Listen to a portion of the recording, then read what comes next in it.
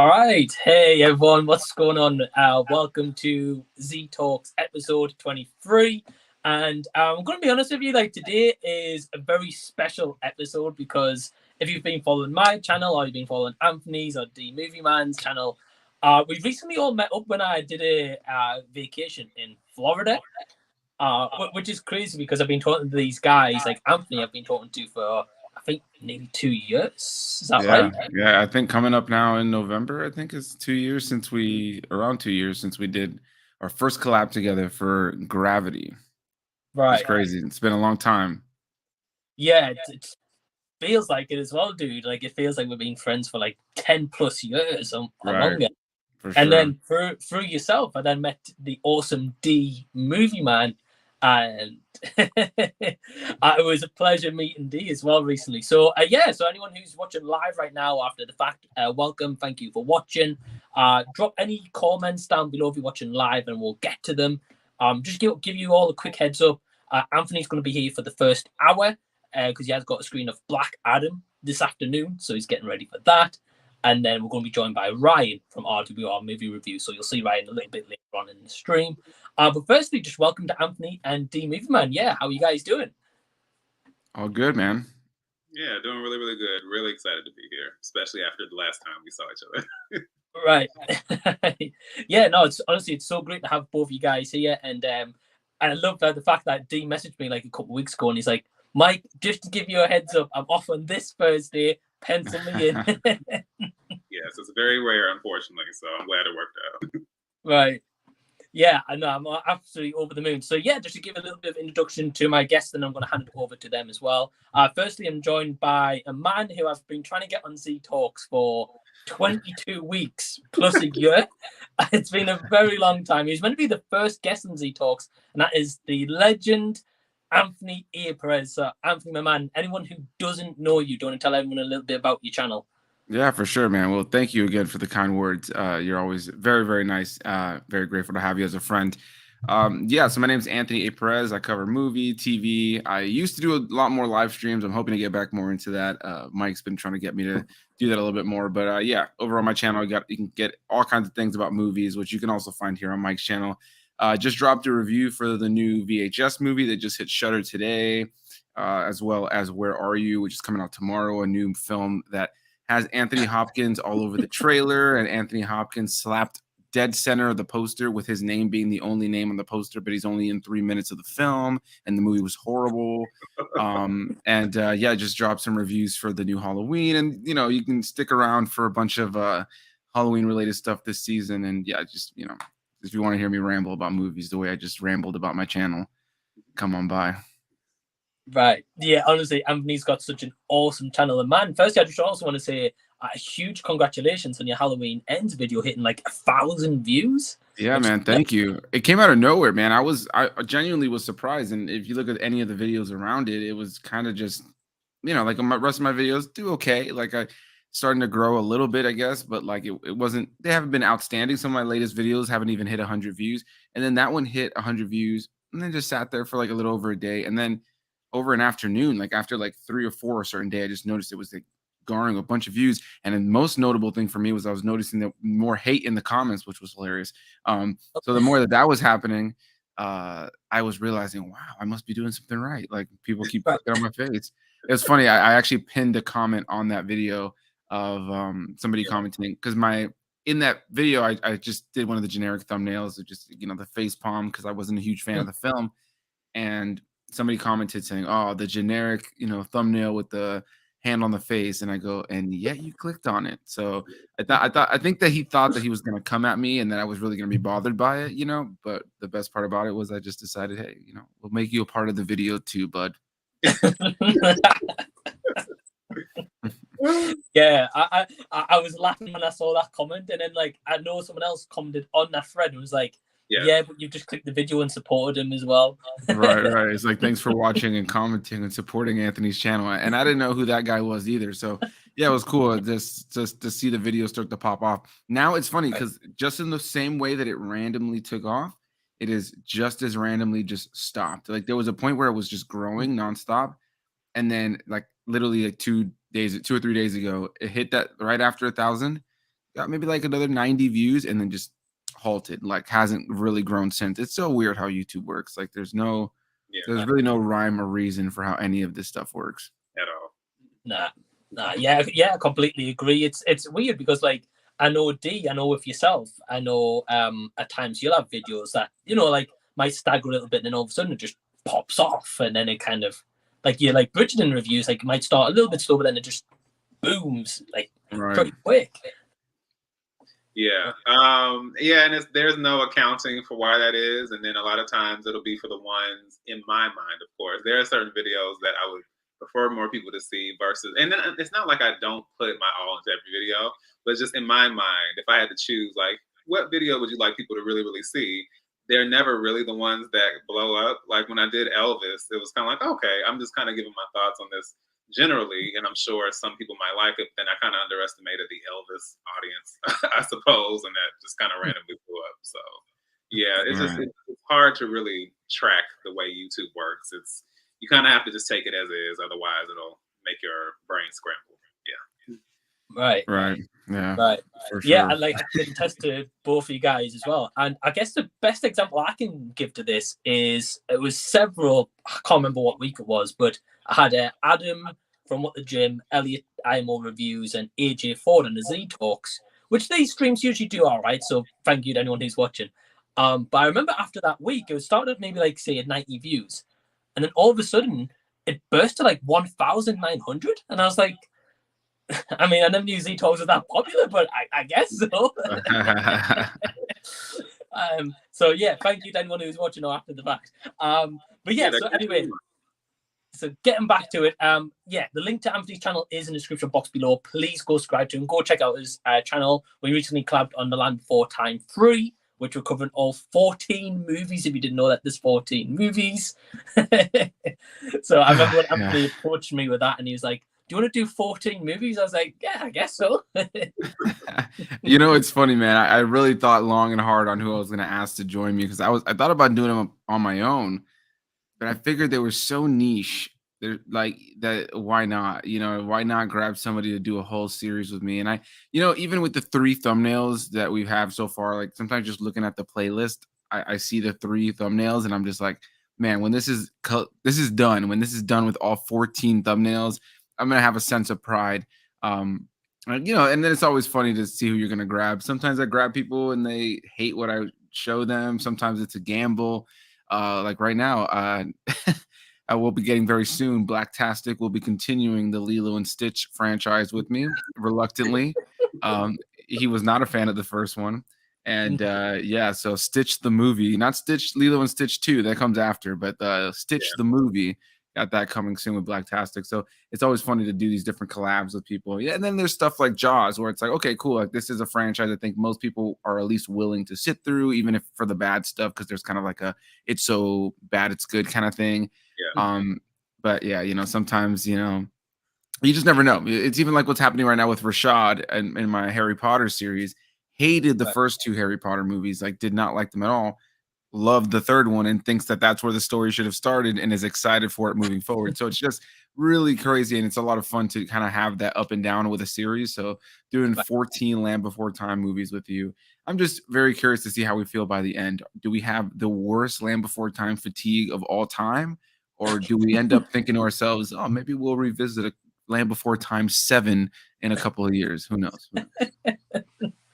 But it's going to be interesting to see how it plays out. I still think at the end of it, just a heads up, Sarah is still going to be a bitch by number 14, but I could be wrong. I agree.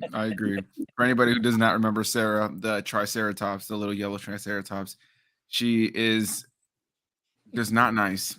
And for some reason, they at the end of the movies, they choose to be like, you know what?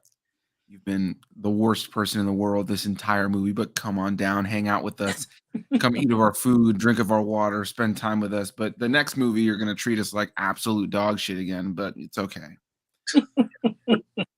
She's literally the dinosaur version of Ashley Tisdale's character, Sharpay, in the High School Musical movies.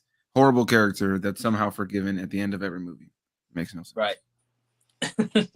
Couldn't agree more with you, dude. So yeah, I'm excited to continue that series. So again, you can check that on Anthony's channel. And last but certainly not least, I want to introduce a man who breaks down movies and trailers like no one else, and in just such an impeccable way, and that is D Movieman. So D, do you want to introduce yourself and a little bit about your channel for anyone who doesn't know you?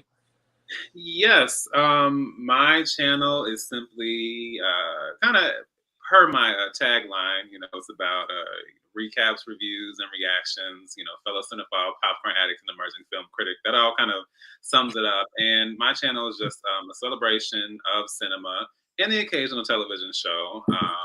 And even with trailer reactions and my thoughts, one thing I'm very intentional about is one, highlighting the impact of cinema and the television show on my life, and just seeing that impact, just seeing kind of the memories that come forth as I've had experiences with film and how it's really, shaped my life. And also when it comes to my reviews or my reactions and even my recaps, I like to just kind of dive a little bit deeper, give you the behind the scenes. I love the creative process of film. So I love talking about the directors, the writers, cast and crew. I just recently did a trailer breakdown of They Clone Tyrone, which is a film that's dropping on Netflix in December. And it's been a while. I haven't done a trailer reaction since, I think, February, something like that. But it just being able to jump back in, it was like, oh, this is so much of what I love about this experience. And just with the videos that I do, I like to just, give a different perspective, just give you more of just helping people understand what goes into this process beyond just the entertainment side, just really appreciating just the creative forces that are at work. So if you're interested in any of that, please feel free to check me out.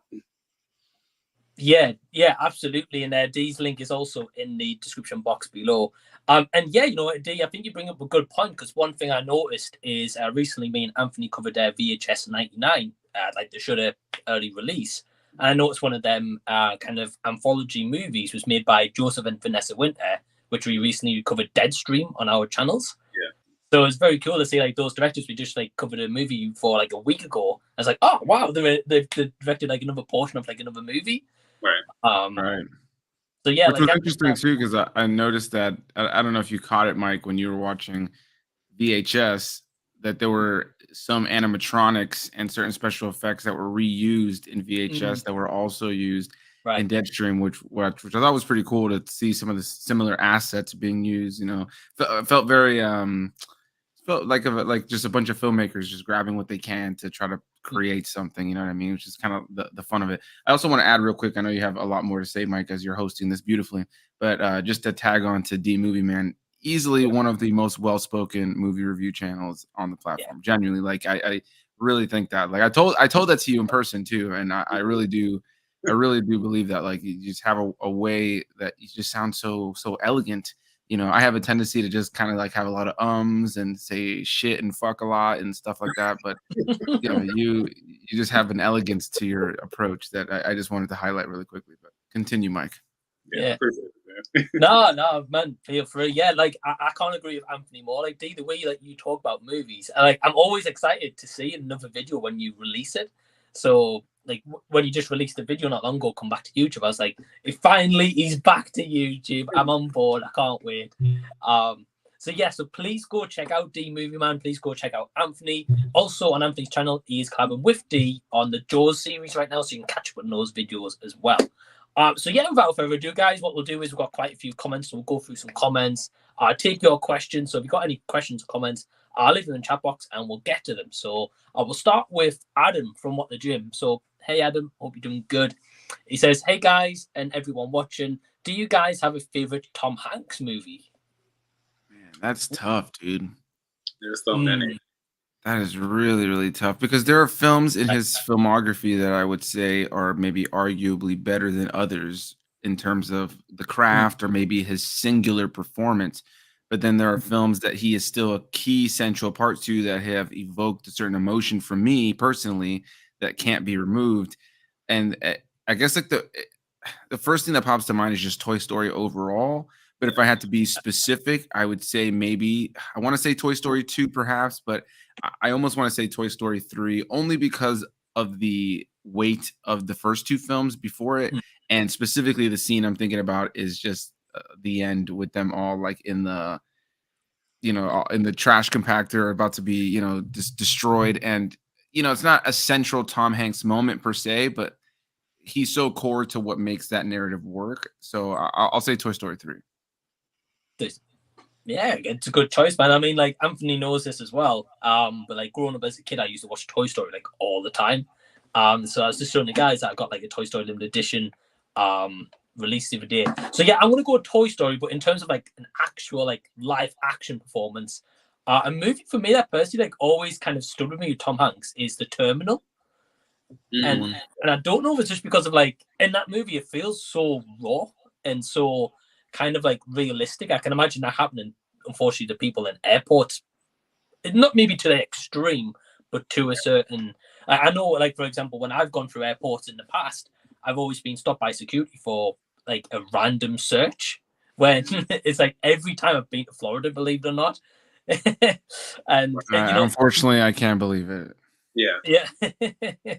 And I can relate to it a little bit, being like pulled to one side and like maybe be a bit prejudiced against. So yeah, I'm gonna go with The Terminal.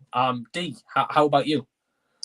The two that come to mind, they're both more recent compared, because of course my introduction as a kid was Forrest Gump. That was the film that my grandmother had at her house. I always talk about, I don't know if I've said it on here, but it's funny as an adult looking at, we have streaming and we have streaming exclusives. But whenever I would go to my grandmother's house, there were specific films I could only watch there. So it's kind of like she had the exclusive, kind of collection that I could always come back to that I couldn't get anywhere else. So Forrest Gump, that was one of those films. And it's crazy because I'm such a huge history buff. And so much of I don't want to say it only came there because there were other films, but it's interesting to have such a vested interest in history. And then I watched so much of that, before I even really understood a lot of that. But I would have to say that two of my favorites, I would have to say Saving Mr. Banks, where he portrays Walt Disney. That was just really such a, because I was thinking like, oh, Tom Hanks playing Walt Disney. But then what they do with the story behind Mary Poppins, P.L. Travers, the author, and just his performance, Emma Thompson's performance, the whole film, it can't work, without either of them. And they do such a great job together. And I would also have to throw in Cloud Atlas. And that's a film that's really more of an ensemble. But even with all that going on, he does a great job with all his various characters. And he does a good job with a couple of really solid villain roles. That's why I know a lot of people enjoyed his turn, as Colonel Tom Parker in Elvis, which if you've seen my review, I had thoughts on that I did not share with the majority.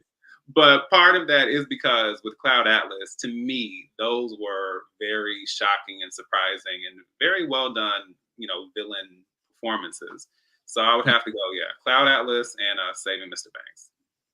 Those are good choices from both of you guys. Yeah, for sure. Like, I feel like Toy Story is maybe like a safe answer now, but it was like the first thing that came to mind. But that's a really good one too. Cloud Atlas. Like, that's one that sometimes people don't want to watch because of how long it is. But it's like, it's so worth the. Have you ever seen that one before, Mike?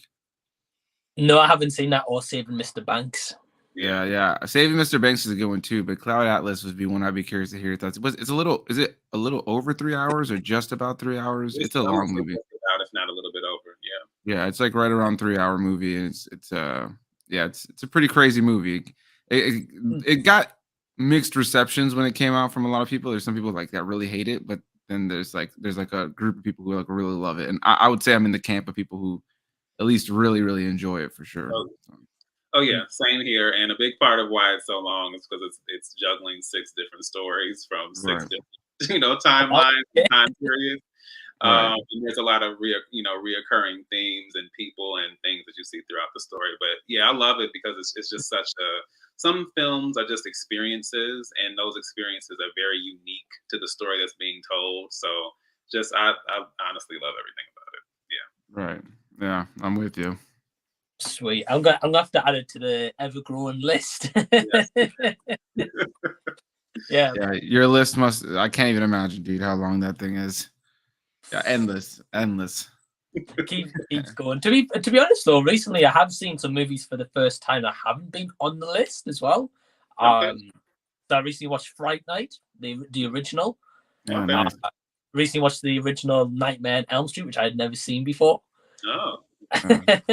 That's just still crazy. I've seen that movie. I mean, I want to say that that's one of those movies I've seen maybe like I don't need at least 100 times, maybe a little bit under 100 times. Like it was one of those movies too back in the day. Like they'd play it like 6 times in a week during October when I was like 12, you know, and I'm just like, hell yeah, Freddy Krueger every day. Like those AMC like monster freaking fest that they'd play over the course of the holiday season. Yeah, when you told me that you just saw it the other day for the first time, I was mind blown. I also was heartbroken by your stance on Heather Langenkamp. Everybody in the chat, if you want to attack Mike for not being a fan of Heather Langenkamp as Nancy, that'd be great. Well, what I said in my because if I don't like log it on YouTube, I usually log it on Letterboxd, and I thought for the first kind of like 20-30 minutes of that movie, Heather Langenkamp's acting was atrocious. I turned to my partner and I was like, I've seen better acting in the Asylum movie than this.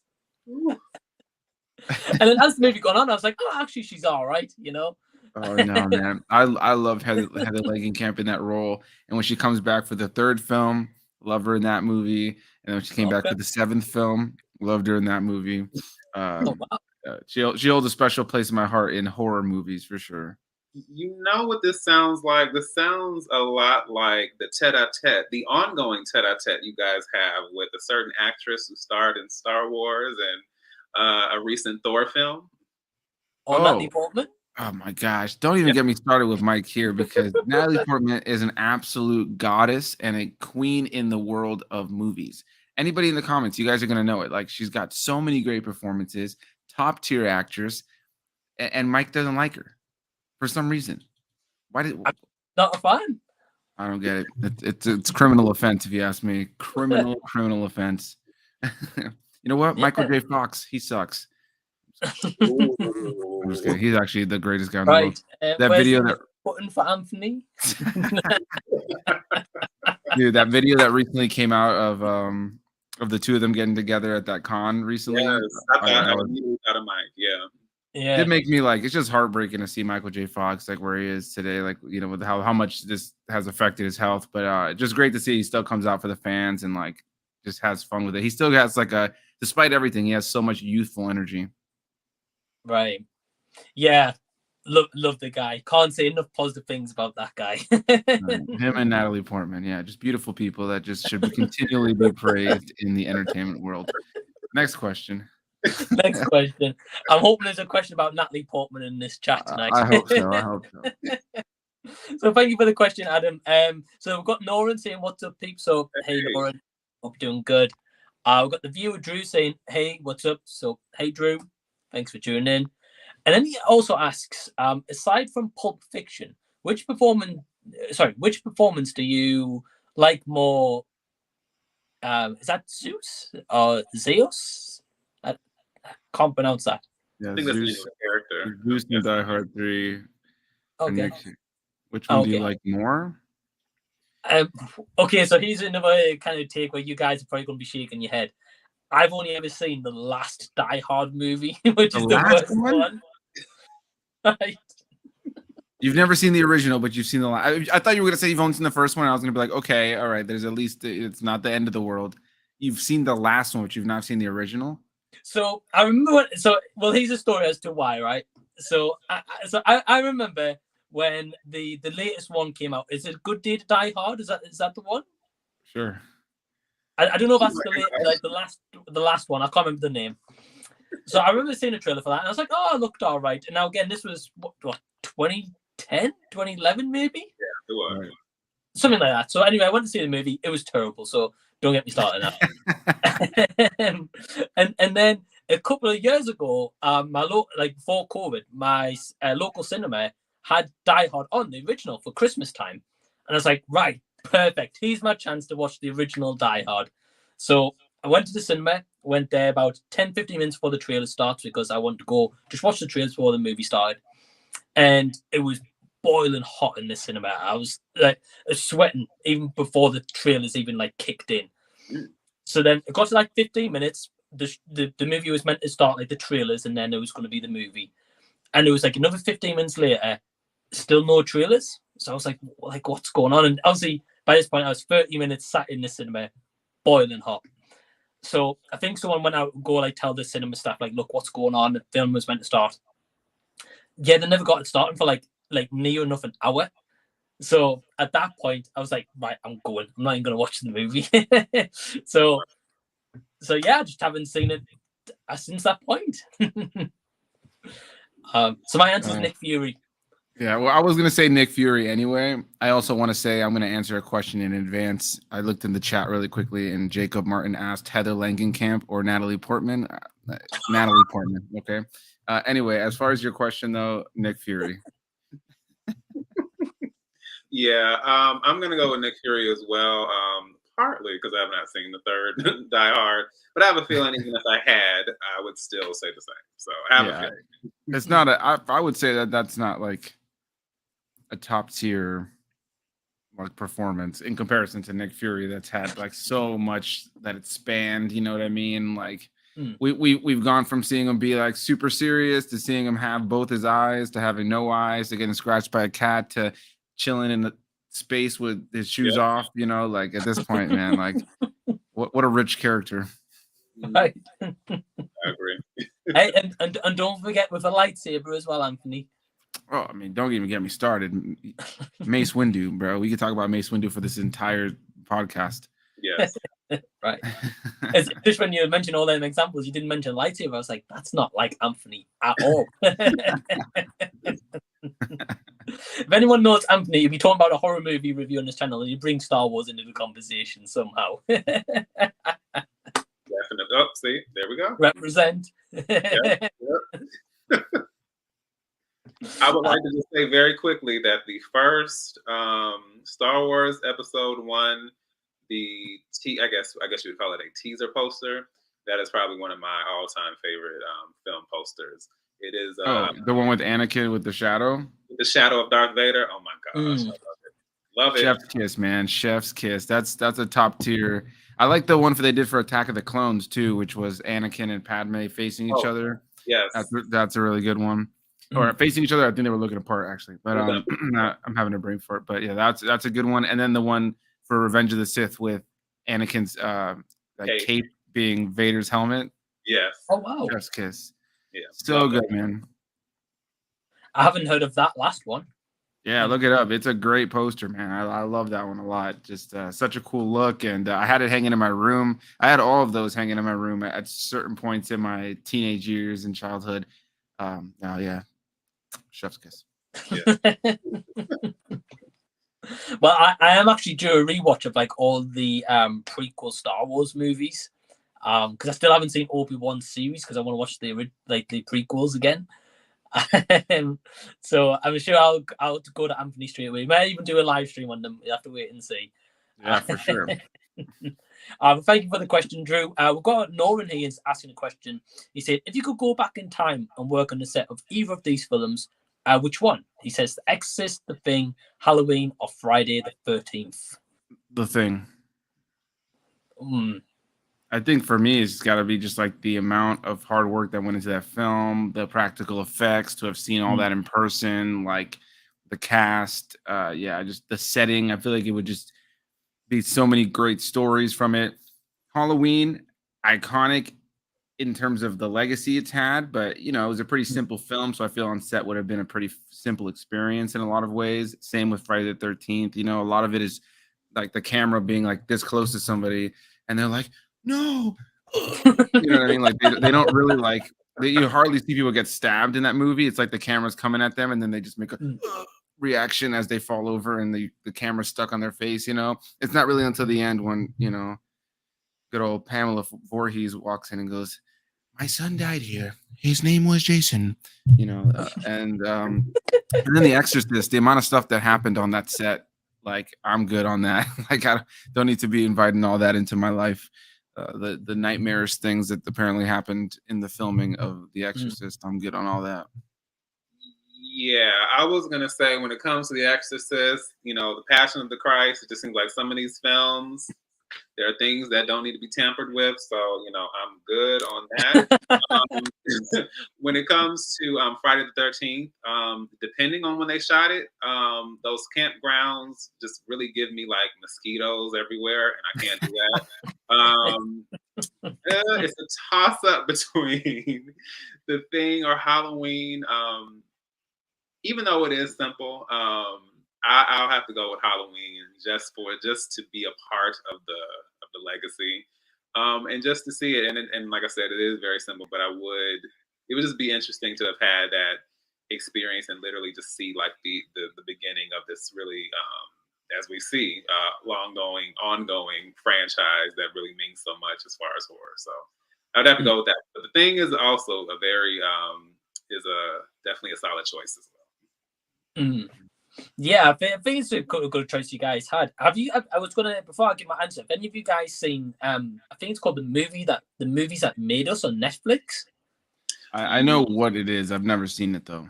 Yeah, I can't remember what episode, because I know I started it. I have to finish it, but yeah, as soon as I saw that, I was like, I love stuff like that. Yeah. Right. Yeah, so I was gonna say, if you've never seen it, definitely check it out. I can't remember who narrated, but like it's very good comedy. But like I always find it really interesting because they did like an episode on Halloween and Friday the 13th, and kind of like what went behind it, how they tried to pitch it to the studios and then denying it or whatever. I'm gonna be honest, I would kind of like to go on The Exorcist. As long as I'd be okay, and then I'd have like all these cool stories that I guess kind of tell. But hell nah, bro. Do you know? I recommend after this doing a quick little YouTube search of the behind the scenes and all the crap that happened in the making of that film. Hell no. I know about like some of the stuff that went on behind the scenes. Because I watched it Exorcist for the first time in 2020 when cinemas were reopening due to COVID. They were showing it on the big screen, so that's every time I've seen it. But yeah, I read up afterwards, like some stuff that happened. I was like, really? Like, it's crazy backstories in that movie. Right. I feel like it's like, what's crazy is The Exorcist is one of those films that for me is still so unsettling, and it's something about its presence is still so unsettling. But even with the amount of horror movies that I watch, anybody who's familiar with my channel, I have covered hundreds of horror films on my channel. Like I love it, and a lot of them have to do with demon possession and whatever. I'm like, woohoo, 666, like whatever. Like when I watch these movies, like what's the big deal? But like something about that movie in particular, man, that just like it just screams wicked. And like when you hear stories about not only how the process of the film being made itself, but like just things that happened to the actors when they were like done filming the movie for a while, or even just like my mom would tell me stories about like her trying to watch it when she was younger and throw it in like the VHS, the VCR, throw the VHS in the VCR and it would keep popping out, or like it would pop out like on certain times, but then they could put another VHS tape in and it'd be just fine, like no problem. Like there's just always been a creepy aura around The Exorcist, for me at least. Right. Well, what do you think? What do you guys think about the remake or the reboot that they're doing? Do you think that's going to be a cursed set? I mean, who knows? Maybe that'll bring back some crazy stories. It's a wild thing now because there's so much. I feel like back then, it's weird because I feel like nowadays there's just so much stuff like this, and there's probably weird things that happen on those sets all the time. Nowadays, we just don't hear about them as much, and the fact that it was a film from the 70s kind of gives it a little bit more of like this mystery, this kind of like unsettled mystery to it now. Whereas like I feel like nowadays, like most people, something will happen, and unless it's like something out of like The Conjuring, where like something's flying across the room and like all this kind of monstrous stuff. Most people tend to just kind of in their mind just be like, oh, that's just like the whatever. That's just no big deal. We kind of don't think about things as much anymore. I feel like you don't hear about crazy hauntings anymore, pretty much. I feel like the demons are like, man, we can't even scare these guys anymore. Like the stuff they're making is scarier than whatever we do. Right. I think you're right though. I think it's probably because like of as you mentioned, like the film sets or like the technology that we have now.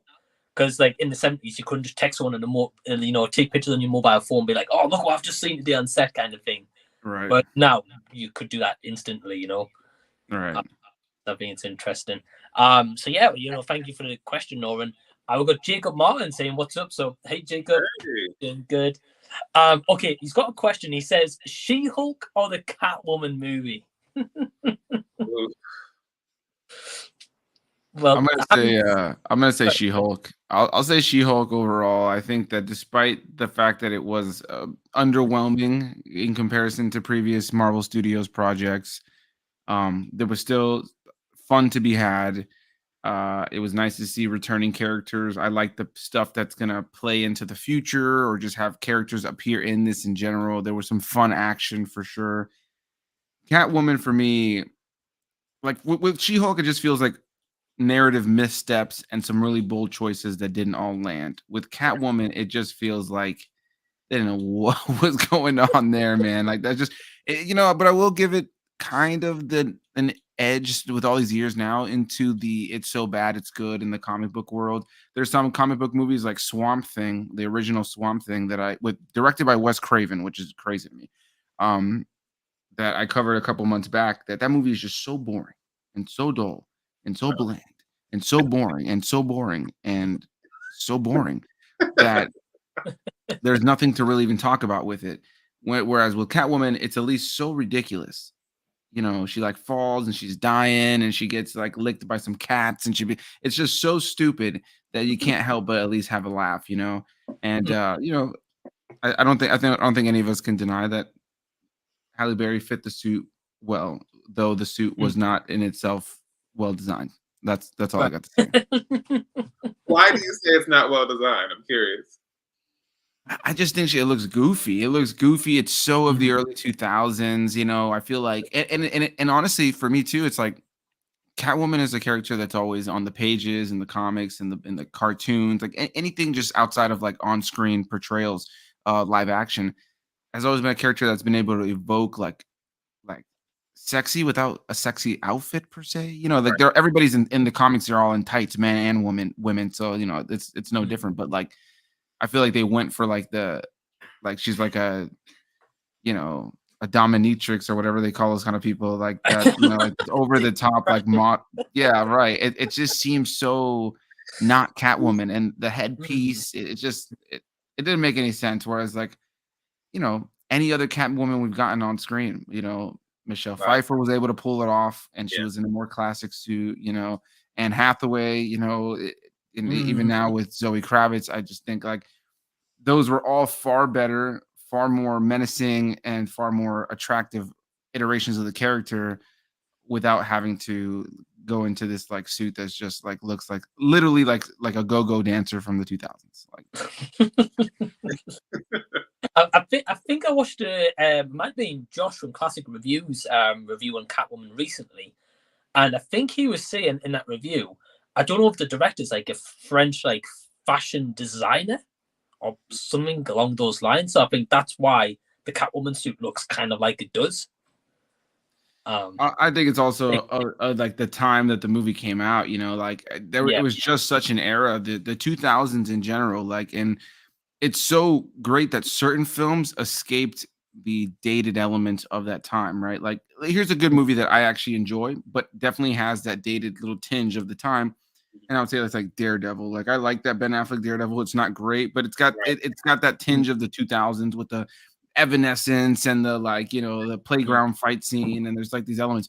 But then there are certain movies like the Spider-Man Raimi trilogy that I don't ever like look at it and think, wow, this is so 2000s. You know what I mean? Like it's just movies that just so happen to be made in the 2000s, but it doesn't feel 2000s. Fantastic Four with Chris Evans and all those guys, Jessica Alba. It's not a bad movie. I enjoy it. I feel like it evokes the spirit of the characters from the cartoons and the comics that I grew up with. Some people try to act like the movie's bad, but it's like it's a goofy set of characters in a goofy movie. It totally makes sense. But you got like Johnny Storm going and surf or snowboarding. You got Sum 41 playing, and it's like it's so 2000s, Right. And like so, it is nice when some movies come out in certain times that are able to not show their time frame as much. And Catwoman for me with the flared out pants and the high heels, and it's just bad, dude. Like it was bad costume design. Like I would have loved to have seen. Like I've never watched any behind the scenes for that movie, but I would love to see what this different concept outfits were. Somebody must have drawn her in an outfit that's more familiar to like what we've seen in every other iteration. And for some Right. reason, they chose not to go with that, I guess.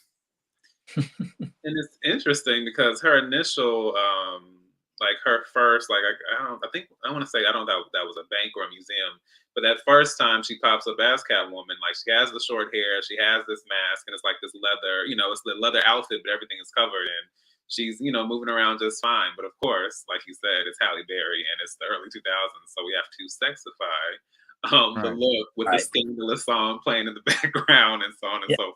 So yeah. I kind of want to rewatch that movie. I don't know why I want to put myself through that, but I mean, hey, dude, time to bring back that series you had, the terrible movie collab series. I've been thinking about it, and both you guys are going to be on that series. I'm ready, dude.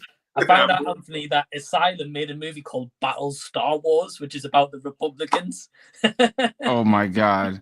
All right, so I'll do that one with you, and then just for the sake of hearing him break it down in the most elegant way possible, please do Catwoman with Team Movieman. Oh god. Yeah. D, would you be up for doing Catwoman? I am down. You got me. Right. Cool. So keep an eye out. Terrible Movie collab series is coming back. I think I'm going to start that in January. Kick off a new Terrible Movie collab series, because I still need to finish my Michael J. Fox series as well, which is like in the back burner.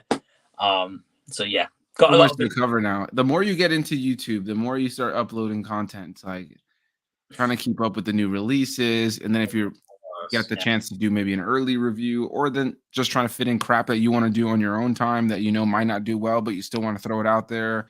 Right. It could become a lot. Right.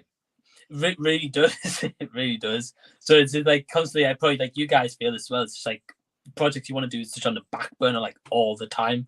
Right. Yeah, definitely feel the same. So I'm gonna go over to D. So D, would you rather She-Hulk or Catwoman movie?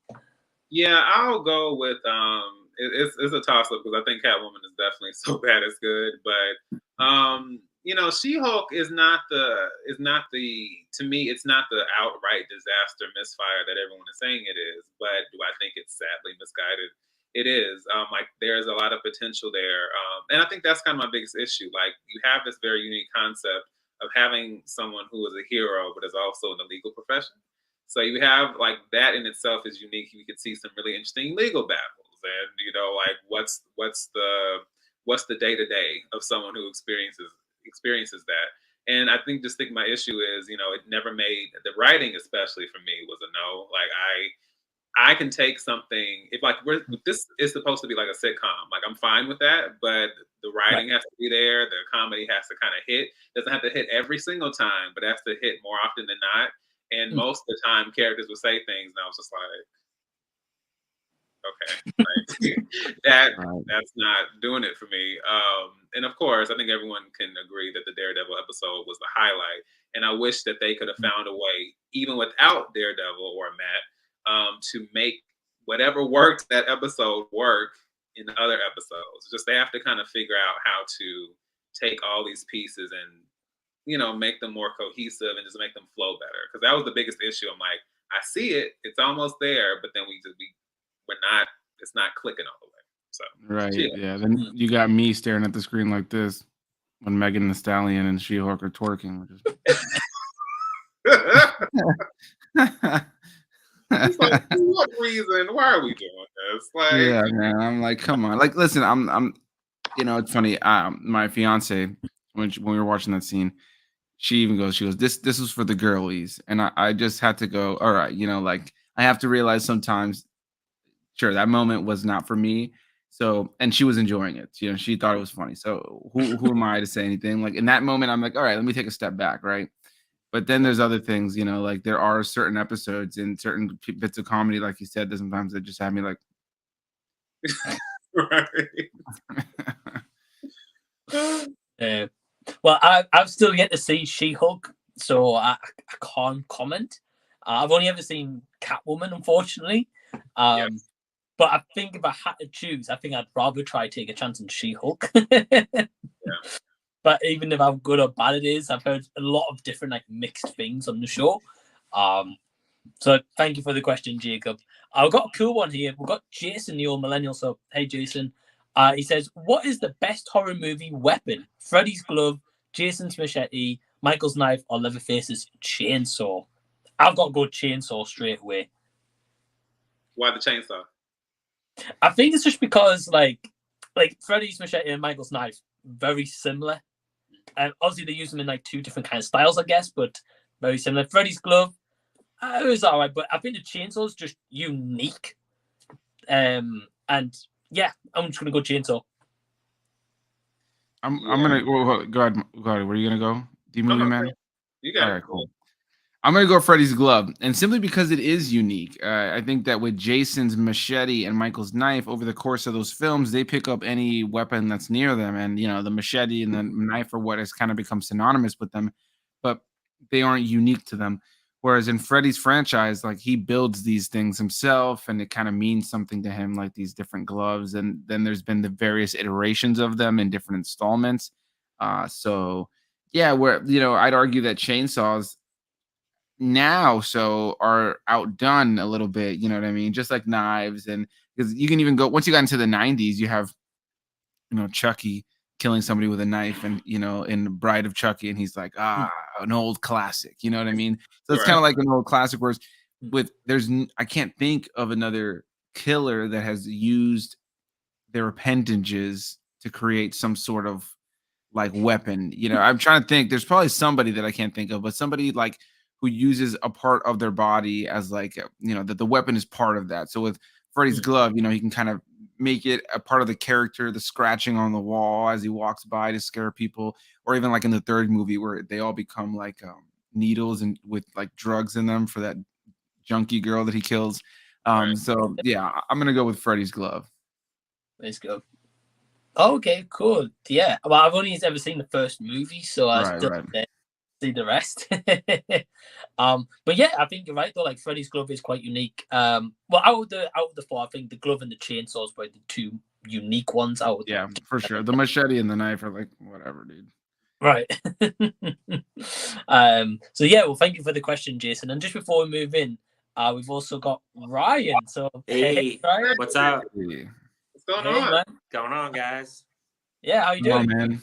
Doing good. Finally seen Anthony on a live stream. I never have been on a live stream with him before.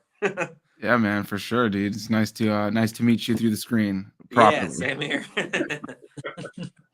Yeah, no, it's awesome. And as I was saying earlier in the stream, Ryan, it's crazy because obviously I met all you guys recently in Florida, like you and D at the same time, and Anthony on a separate occasion. Yeah, it just feels surreal just having you guys in one stream. Yeah, so, exactly. For sure, man. So yeah, Ryan. So thanks for joining us. And yeah, for Ryan, you just joined. So do you want to tell everyone a little bit about your channel? Yeah, so my channel, I pretty much just do movie reviews. I cover a lot of horror, Shudder, some mixed different screeners and stuff. I try to do stuff in the theaters, try to cover as much as possible. Blu-ray hauls, and then like end of the month hauls, pretty much. Pretty simple. Right. And then recently on your channel, you've been covering a Brooklyn Horror Fest as well. So that's been cool. I have my last video dropping for that tomorrow. So nice. That was cool to get onto that, my first, festival. So hopefully maybe one time I can actually attend one for real. Right. That would be awesome. Yeah, I would love to do that. That's a goal. Yeah, that's definitely the goal for sure. Yeah, for sure. Right. So please go subscribe to Ryan. The link is down below in the description box. So Ryan, we've just been taking some comments. We've got one here from Cinematic. So hey, Cinematic. He says, "What's up, fellas? Happy Black Adam Day." Hey, what's up, man? We get Black Adam till tomorrow. But tomorrow I'm going to be traveling down to Manchester, where at the weekend I'm going to a horror Comic-Con convention. Nice, dude. So I'm going to be meeting Art the Clown in person in costume. So that's cool. That's awesome. That's crazy, dude. That I saw that he was doing that, and that's got to be kind of intense because he's playing in character the whole time. And for anybody familiar with that character, like I feel like up close, like him looking in your eyes, like straight up, that would be a bit unsettling. I feel like sometimes with certain like characters that have that much makeup, like it wouldn't take much for me to act in a scene with those kind of characters, like with good makeup. I'm watching that new Lord of the Rings Ring of Power show, and there's like the orc makeup is so good. I think like if I was being chased by one of these orcs, like somebody's makeup, like I'd be screaming like legitimately, like no problem. Really quickly, I do want to say though, before we continue on, D, I was curious. I didn't want to move on without knowing what your favorite of those horror weapons was from the last. Oh yes. The last question. Oh, yeah. I figured you were gonna take my answer, and you did, but that's okay because you explained it in a very eloquent manner. But yeah, I have to go with Freddy's glove. What's funny is that I still have the very first Nintendo, and so when I was, I don't know, maybe 2 or 3, I still have the Nightmare on Elm Street game for the first Nintendo. Nice. That was my introduction to Freddy, and I guess because that was the context, I wasn't scared. And then even the way they present him, of course, in the films, he's scary, but he's not scary. He's very kind of raunchy and comedic and not super serious. Especially later on in the franchise, he just gets so goofy. Welcome to prime time, bitch. Like it's just like so, the amount of times that he says bitch in that franchise, like he calls everybody a bitch, like left and right, for anything. It's the best. Exactly. Right. Yeah, but I have to go. I had to go with the glove because it's just there's something so sharp to doom about the design, and I love how unique it is. Even like I feel like I have a very hyperactive brain, so there are certain movie images that will just kind of resurface every so often. And so one that will come up sometimes, especially if I feel like I need to trim my nails. I'll see that there's this shot where Freddy's like kind of running his nails and then they're clicking over something. And sometimes I'll look and I'm like, yeah, it's about time. Because for whatever reason, that will pop in my head. So yeah, I got to go with the glove. It's just, there's something very just kind of sinister and just the idea of having that. And, it's cool. Yeah, got to go with the glove. Nice. Yeah, well, firstly, D, apologies. I thought you'd answered the question, so that's my fault. So I've got the chainsaw. Anthony's gone with the glove. D's gone with the glove. So yeah, this question Ryan came up saying, which weapon do you think's the best? Freddy's glove, Jason's machete, Michael's knife, or Leatherface's chainsaw. Which one would you go for? I'd go for the chainsaw. Just that sound of that, every time it gets me. So right. Yeah, same here, dude. Like I can just imagine the sound of that chainsaw. Like as soon as you hear that sound, I'd be in that direction. Exactly. Man. No way am I sticking around. It's like a warning for you, being like, right, get the hell out of there. Exactly. Have you guys seen that commercial? I think they advertised for like car insurance. I think they play it just in America, but where they're like, there's a guy chasing them. And they're like, where should we hide? And they're like, oh, we should hide in the shed with all the chainsaws. That just made me think of that. Yeah. It's so that's a funny commercial. I remember that they played it for a long time. Yeah. Do they play that over there, Mike? Probably not. Never heard of this. Yeah, it just makes fun. It's like a car insurance commercial, but they make fun of like dumb people in slasher movies where they're like, where should we go? They have the car there. They have like a whole road they can follow, but they're like, let's go into that tool shed over there. And it's like filled with sharp objects and the killer shows up, obviously. Yeah. And then it's like, don't be a dumbass, get car insurance. You know what I mean? Like that. Yeah. That's essentially the commercial. Wow, okay. I'm going to have to check that commercial out. I've never heard of it. Yeah, if I find it, I'm going to have to send it to you because it's funny. Please do. I know Anthony's got to sign out in a second because he has got a screen of Black Adam, but I want to take one more question for Anthony to answer because this one I'm interested in. Firstly, we've got Joe from Joe's One, my brother. So, hey, Joe, hope you're doing good. He's had 2 great guests. This was early when before Ryan had joined. And then this is the question I want to hear everyone answer. He says, if you could pick any band, girl group, or pop group to be in a Friday the 13th movie just to see them tortured, who would it be? Oh, BTS. Not because I have anything against them, but I just feel like that would be the most interesting Friday the 13th movie ever. Like just Korean, like a K-pop Friday the 13th film where you got like, I can see it now. Maybe take it out of the Camp Crystal Lake setting. Maybe have it be like at a concert that Jason for some reason is there. And like I could just see Jason like walking through a really awesomely lit like hallway, taking people down. Maybe like out in the show, he starts taking people out in the audience, and there's like the different lights from the show all on top of them. I just feel like it could aesthetically be a very interesting that or I will say something that'd be actually kind of funny. GWAR, the shock rock band GWAR. If they were in a Friday the 13th movie, that'd be pretty crazy.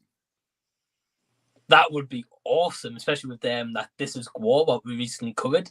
Right. That'd be cool. Is Natalie Portman in the band at all? Oh my gosh, bro. Or Melissa McCarthy? Leave my girl. You can throw her in there. You can have Melissa McCarthy. Yeah, throw her in there all you want, but don't try my girl Natalie Portman, bro. She's top tier, bro. She's Queen Amidala. Okay, she ruled the Naboo people. No, she can get killed. No, bro. No.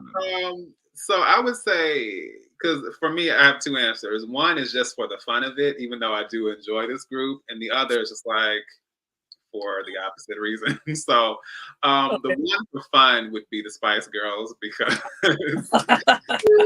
it would be the craziest scenario for it to be them. So I had to go to Spice Girls. One that can go for the opposite reason is One Direction.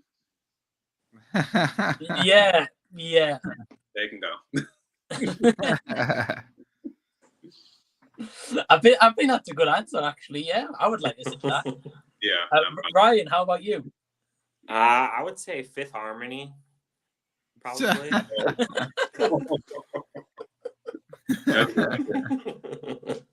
Tell us how you really feel, Ryan. I can't stand them.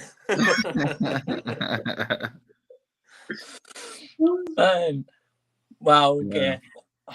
That's definitely an interesting question, because it's a lot of ones that could just be fun to watch. Like, we're obviously giving some answers that are like, kill that person, but there are some that, like I said, GWAR, I just feel like would be interesting, or even something like Slipknot, like since they all wear masks, like I just feel like it could create for an interesting experience.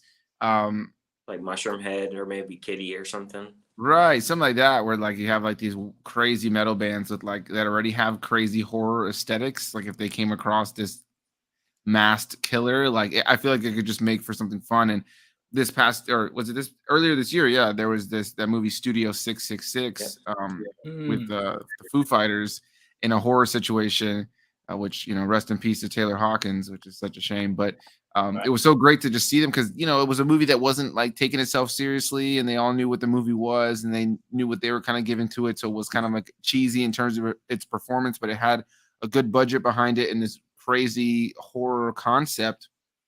And these people who are non-actors kind of acting in the midst of it, it made it fun. So I would honestly love to see so many bands and artists, go through that. And I love the idea of like a boy band or like a girl band or something like that with Spice Girls. I thought was a great answer, because that's like just so random. Or like just take Jason to the country and just like a country artist or something. I don't know. I feel like that could be hilarious.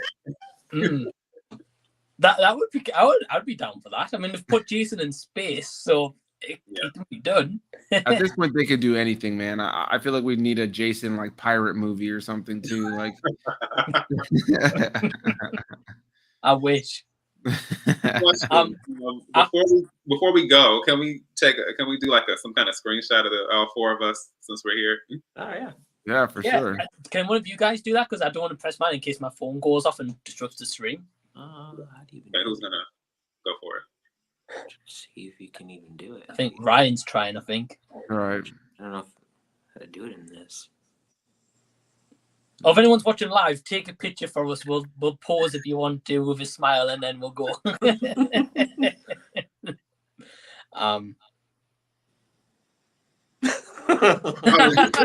didn't know. Were we ready?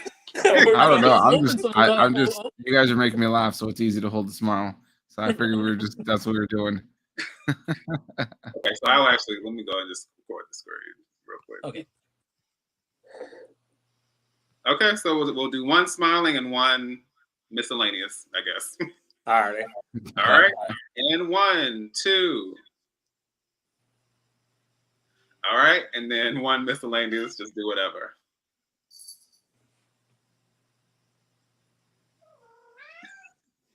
So we all did the exact same face. I love that. There we go. Well, something brand new for Z Talks. Yeah, there you go. Yeah. First time for everything for sure. Right. Well, Catching it in the moment. I just want to quickly say, we're still going to carry on, but I just want to say a big thank you to Anthony because he does have to leave. So Anthony, just before you go, man, firstly, pleasure to have you on. Definitely going to get you on for like a full length live stream in the future. But do you want to let everyone know about some content you've got coming up on your channel and what you've just released? Yeah, so like I said at the start, well, first of all, thanks for having me on, man. Sorry I couldn't stay for the whole thing. Yeah, gonna go see Black Adam right now. So yeah, Black Adam review dropping on my channel later tonight. If you guys want to go subscribe to the channel, come check it out. Literally just late last night dropped a review for VHS 99, brand new film that just hit Shudder, as well as Where Are You, that comes out tomorrow with Anthony Hopkins, but not really with Anthony Hopkins.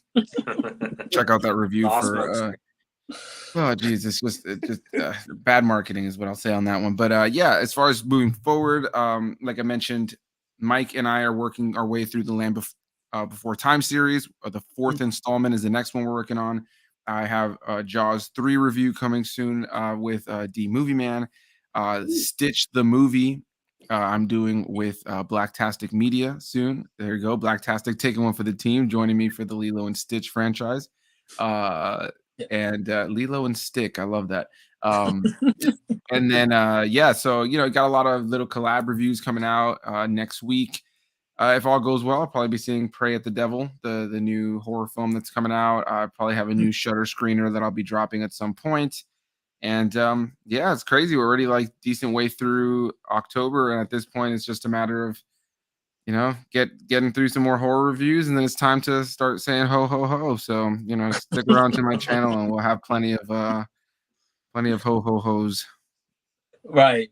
Yeah. So please go check out Anthony's channel. Got some great content. And just to let everyone know, so kind of like a first for everyone here. Anthony and I have collabed on a Christmas movie on my channel. That's going to be the same again this year.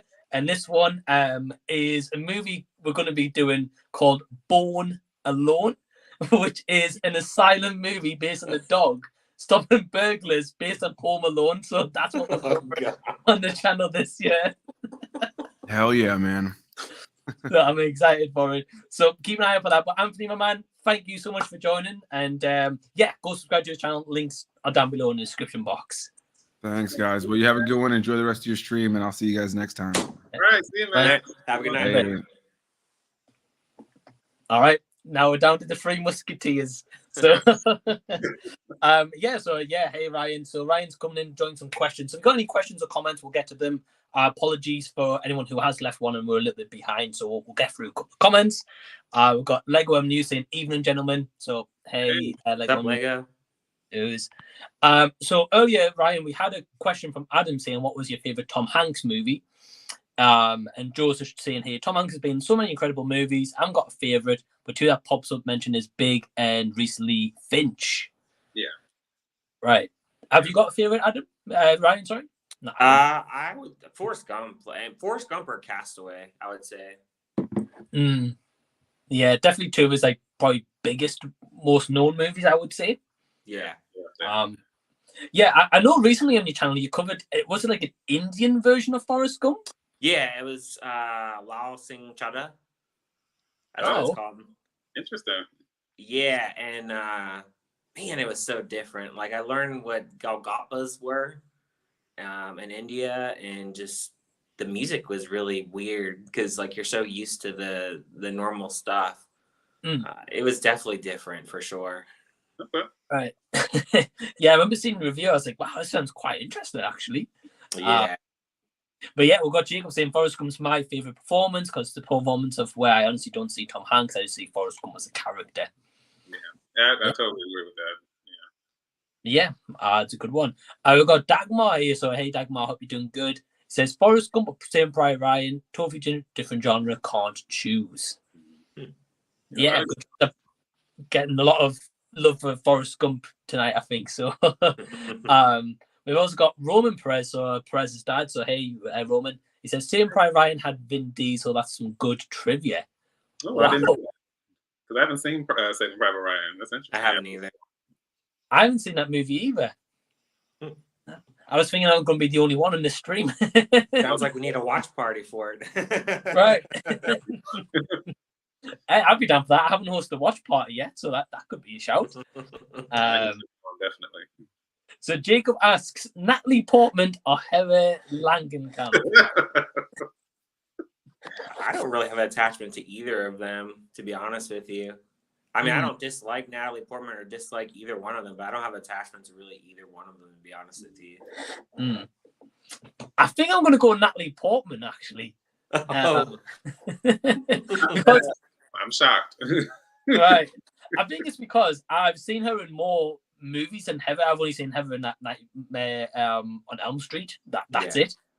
So I've only got like one movie where it's Natalie Portman. I've seen quite a bit of her movies. Even though I'm not a fan of her, I've seen quite a bit of her movies. But I'm not down to acting ability. She's a fantastic actress. I just don't like it. What about you, D? Which one you go for? Yeah, I mean, I think Heather Langenkamp is great. It's cool, and like I said, I haven't had the full Nightmare on Elm Street, like as far as the full franchise experience. So I'd have to revisit. But you know, I do appreciate Natalie Portman as an actress. I think kind of like up until a certain point, maybe kind of post Black Swan, I haven't been as into, but like the early years, I think that's when I appreciated her. You know, it's just something different sometimes with certain actors, where you like there's something about their early performances and their early kind of careers, and just kind of discovering them in that phase. And so, like one of my favorite films of hers is Where the Heart Is. It's a film she did with Ashley Judd, and it's just it's a very kind of like a quiet, intimate film, but it's very heartwarming, and I think she just did a really solid job in it. And I think this might have been before Star Wars. So yeah. So I appreciate her as an actress, and I have a lot of fondness for some of her films.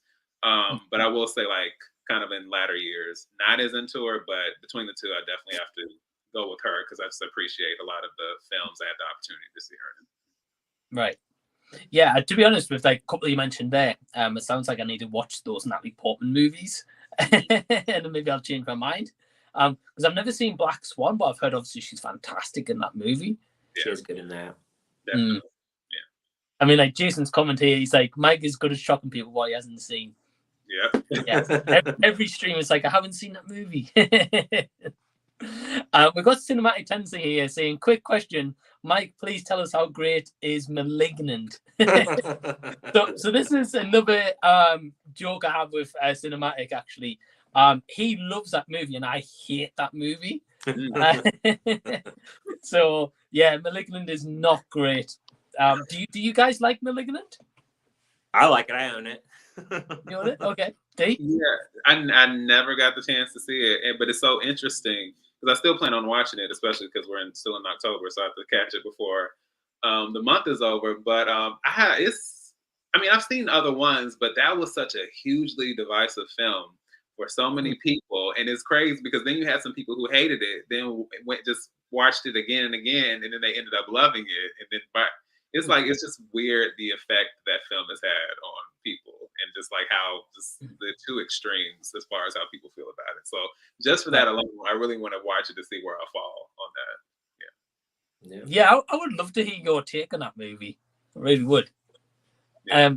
I think for me, like I remember, so when I watched it, I went with my partner Emma to see the movie, and I remember like I think like the first half an hour I was like really invested in the movie. I was like, wow, this is quite different. And then all I'll say to you is wait till you see the CG police station scene. That is awful. It's like it honestly seems like early 2000s CG. It's bad. So yeah, Cinematic. I'm not a fan, but Ryan is though, so at least you got someone on your side. And D's a middle ground here. Yeah. I've got Exploitation Review saying howdy everyone. So hey man, what's going on? And we've got Dagmar here saying film poster for me is Jaws from 1975. Maybe because after more than 20 years, I still can't swim in the sea without thinking about that movie at some point. Yeah, that's an iconic movie poster. Like no one can ever think about that film without seeing the woman and then him like right below. Yeah. Right. Right, and I think that's one of the like beauty of film posters, kind of like especially older style ones, like they're still big, like a Back to the Future one, Jaws as you mentioned, Jurassic Park. Right. Whereas like nowadays the movie, especially I would say this year, I've noticed movie posters are just a whole bunch of people crammed into the middle of a poster. Yeah. Yeah, it's a mess. Like if I had to think of an example, which I guess is not. It's not like it was out initially because they didn't want to spoil anything. But the new Spider-Man No Way Home poster with Tobey Maguire and Andrew Garfield, I was like, ooh, what was the budget for this? Because yikes, it did not look good. Right, like you've got like so many like cool posters you could go with. Yeah. I don't know if I've got it here. Give me 2 seconds. I might, yeah. So when I was in America, I got a T-shirt from Hot Topic, and I don't know why. Like for the movie, they didn't go for like a movie poster like that. Oh, yeah. Wow. That's you know. That's so like a comic book cover. Yeah, so it's kind of like a comic book cover, yeah, but it's got all three of them on, and like that would be like if you had that poster, that would sell instantly. Yeah. But instead they got like Tom Holland, then the 2 Spider-Mans, then all the other cast in the middle with them as well. It's just, I don't know what it is. Then it's like Black Panther. I recently noticed that the new Black Panther movie, like the separate IMAX posters are beautiful, like the separate characters, but then the main poster is just like everyone crammed in the middle of a poster. Especially when there's so many good artists out there that like do you have like good artists for like that do like steel books and stuff like that. Right. You can't find somebody to do a poster and design a poster for you. I mean that movie's gonna make millions anyway. You know what I mean? Pay them a little bit, you know. And I think there's a website called, if I'm not mistaken, I want to say it's alternativeposters.com. If not, I'll check and verify that. But basically, I just was kind of, because I like seeing different variations of like movie posters and things like that. And I found this website, and they have so many different artists for films that are popular or lesser known. But I remember one that comes to mind. It's a picture. It's a movie poster for Alien. And it's almost, like how you've seen like the X-rays of a person's, skull and their body. It is literally just an X-ray, like kind of like this, from someone's body. It's an X-ray, and you can see their brain, you can see their skull, and wrapped around the person's brain is baby. Oh, that's cool. And you see like the tail going down its spine and everything, and it just says Alien. And I was like, that is perfection. Wow. Yeah. That sounds incredible. Yeah, like the other ones. So yeah. See, like that, those kind of like posters, I think would sell like say even more on like physical media. Yeah. As well. It's just I just don't know why they're like stuck in designing posters like everyone in the middle of them. I would say like more movies nowadays where you get like artwork where it's not everyone surrounded in the middle. It's like horror movies, especially like A24. I would say, like Men, Midsummer, Hereditary. Is all just like one character like in the middle of that artwork. Yeah, like Ryan's Midsummer poster. I don't know where it is, where he's at right now, but that one. Yeah. So Joe's definitely iconic poster. Q saying watch cursed films on Shudder. Okay. Yeah, because we were talking about cursed movies earlier, Ryan, about like the Exorcist set and stuff. Right. So, yeah. I've heard about that one too. Check that out. Definitely have to check that. I've got Stephanie from I'll Buy the Popcorn. So hey, Stephanie. Hey, Stephanie. She says, hey, everyone, pop in real quick while on vacation. Have a great life. Yeah, we'll have a great vacation. Yeah. Thank you for tuning in. Jason says, do you have a favorite horror comedy like Zombieland, Warm Bodies, What We Do in the Shadows, or Tucker and Dale versus Evil? I would say Zombieland or maybe Shaun of the Dead for me. I'd say Zombieland easily for me, especially on that list. Dave? Yeah, I was gonna say I do think Zombieland and Warm Bodies are really good, but if this counts, and I think it does, Ready or Not really blew me away. I love it. So yeah, I gotta go with that one. Right. The thing is about Zombieland, I got to visit the theme park where they shot the scenes where the zombies are attacking them on the rides and stuff like that. So that was super cool. Are you talking about Wild Adventures? Yeah. Yeah, that's my college town. So yeah, I've been there plenty of times too. Yeah. Yeah, I went there about a year ago and I saw it and I was like, oh, this is so cool. Wow. Everybody was so excited, like when we found out, like they were filming down there, and then seeing it actually in the film. Yeah, that was a great moment. Oh, that's awesome. Yeah, I never knew that. That's pretty cool. But yeah, I agree with you. Ready or Not is a really good movie. Yeah, it is. I do like. I've only seen it the once in cinemas. Yeah, same. But from what I do remember, really, really, really good. So thank you for the question, Jason. I've got Jacob Martin saying, one of my hot takes, I don't find The Exorcist that scary. There's creepy stuff in it, but the more the story moves along, the funnier it got for me. Yeah. I think I don't know if that kind of comes down with like how old the movie is. Yeah, that's what I was gonna say. I think and it's not always intentional. I mean, we can't help the fact that films are made when they're made, but I do think as we go along and we see more innovation, or we just see like our kind of, I don't know, once we become kind of aware of how effects have moved forward, or even practical stuff, makeup or whatever else. I think depending on the film, the further we go back, it's like, it doesn't have the same effect. Same thing with House on Haunted Hill. If you look at the old, it's like there's a black and white version. And then a skeleton, moving and walking up on someone was scary to audiences, but now everyone's like, okay. So yeah, I think that's what it is. Yeah, I couldn't agree with you more. I think it's like as it goes along, like in the 70s, I know like The Exorcist was making people like throw up, faint, that kind of stuff. And they probably had nothing like that back in the 70s. So I can imagine that like a big kind of, I think that's why the movie was probably so iconic for at that time. I mean, it still is now. It's still an awesome movie. Yeah, I think recently I've heard about a movie making people throw up as like Terrifier 2. I still have to see those. I haven't seen either one of them. Have you not? No, I haven't seen them. Wow. Okay. D, have you seen Terrifier? I have not. I realize that everyone has a threshold when it comes to horror, and although I do have an appreciation for horror, I know what my threshold is. And Terrifier, like there are certain films that I have to like read the parental guide for and just read the plot summary, and it's my brain fills in enough to know. I mean, it literally says person is cut in half starting from this part of their body and the guts fall out. Like I can fill in the gaps there. So I'm fine, not watching it. And I think the whole point, I think what I've been seeing with the second one especially is that, art, because art already visually is very disturbing to me. But it's the fact that he's meant to be very sadistic, and the fact that he wants his victims to suffer, and that he's very meticulous in how he mutilates their bodies. And for me, even beyond just the gore of it, because I can appreciate strong violence sometimes, but I think that part, the fact that it's so twisted, I can't always watch that stuff because it kind of gets under my skin a little too much.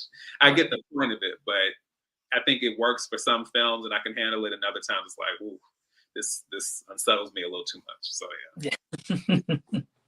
Yeah, no, I understand. Like, I know Ryan, I know one of your recent reviews, you were saying like the full on gore wasn't really for you either. Yeah, this was the movie that I watched. It was a movie that was like torturing women and stuff, and just like they were really like vulgar towards women, like calling them all these names, and there was incest in there, and there was non-consensual sex and stuff. I'm just not like all in for that. Like, I mean, you can imply it, but like, you don't need to like. For me, it's just too much. Like, I don't know. I'm not big into torture type of horror, I guess. Like Saw, I'm not a big Saw person. I know a lot of people really love those movies, but I just never really got into them. They don't really do anything for me. Right. Yeah, everyone's got their own preferences for sure, and yeah, I can understand like in terms of like the incest and stuff like that. I'm not like a fan of that kind of thing. In terms of like a Saw movie, I like a Saw movie. I like a lot of gore and stuff like that, so I can handle that kind of thing. But yeah, I don't know. For me, it's kind of like with horror movies. Like, say if something happens, like where someone's getting like an injury to like an eye, I'm like, Ooh. Yeah. that's not for me. I've got a thing with eyes, and something happened. I'm just like, nope, I'm out. Yeah, I don't know who I was just talking to, and we were watching. Oh, you know, at Sin's Corner, we were just watching Halloween Kills. We kind of did a little watch party, and I think there's a point in that film, I think, where Mike, I think he does something with someone's eyes, and then Ryan, you also know that happened at the end of Barbarian. Yeah. With the eye, yeah. So and then I was like, oh, I completely forgot that that's one of the kind of body horror, just kind of like the violent stuff that really, you know, is squeamish. You know, like none of it is ideal, but the eyes is just something different, just something that's so soft, malleable, and no. Right. Yeah, that's true. I would never watch. I wouldn't suggest you watching I Spit on Your Grave then. No. I've seen it. Oh, you've seen it? Have Yeah. you seen the original and the newer one, or? I think I've seen the newer one. Okay. Because like the newer one, I think it's like 2010, I think. Something like that. I think the old one's like 70s or something. All right. Well, I think I've seen the original. Sorry, the newer one. The remake. I got you. Yeah, those are pretty crazy movies. Like something like that I can watch. It's a bit disturbing, don't get me wrong, but I can watch it. Again, it's more like something to do with the eyes. I'm just like, no. Like I went for an eye test actually the other day, and like obviously they do whatever it is with the eye test, and then I was sat here, and like on the screen next to me was like with like what the shows of your eyes. I was like, I don't want to see that. Turn that monitor off. I was like, just tell me how bad my eyes are. I don't need to see it. We've got Trav saying sup, Jen. So hey Trav, we'll be doing good. What's going on, man? We've got Joan saying hi. So hey Joan. Hey Joan. Good. We've got Dagmar saying I'm a new subscriber. Well, yeah, well thanks man, really appreciate that. And if you get a chance, go subscribe to Anthony D and Ryan. Their links are down below in the description box as well. So that'd be awesome. Exploitation says, any of you seen The Entity? That's a pretty decent haunting poltergeist type movie based on a true story. I've never heard of that. Have you guys? Nope, never heard of it. Yeah, I want to say I may have seen that title. That title is not completely unfamiliar. I feel like I've seen it or read it somewhere in passing, but I haven't seen the actual film. So I'd be interested in checking it out. Yeah, it sounds pretty cool. He says it's a pretty decent haunting poltergeist type movie based on true story. So yeah, I'd be intrigued. So thanks for the recommendation. Jacob says, I caught the last 10 minutes of Catwoman on TV one time, and that was enough for me. Yeah. So we're talking about Catwoman earlier, Ryan, and in the past on my channel, I've done a series called the Terrible Movie Collab Series, where I have a collaboration with a different YouTube, and I purposely pick out a bad movie to review. Me and D Movie Man's going to cover Catwoman. So, yes, we are. So don't worry, Ryan, you're going to get a project as well. I'm going to. Oh boy.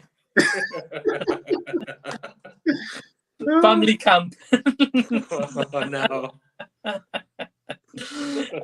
We've got Pete saying evening, everyone. So hey, Pete, hope you're doing well. We've got Cinematic saying The Exorcist. I believe that movie has something. I watched it in the theaters in 2000, director's cut, and that was enough.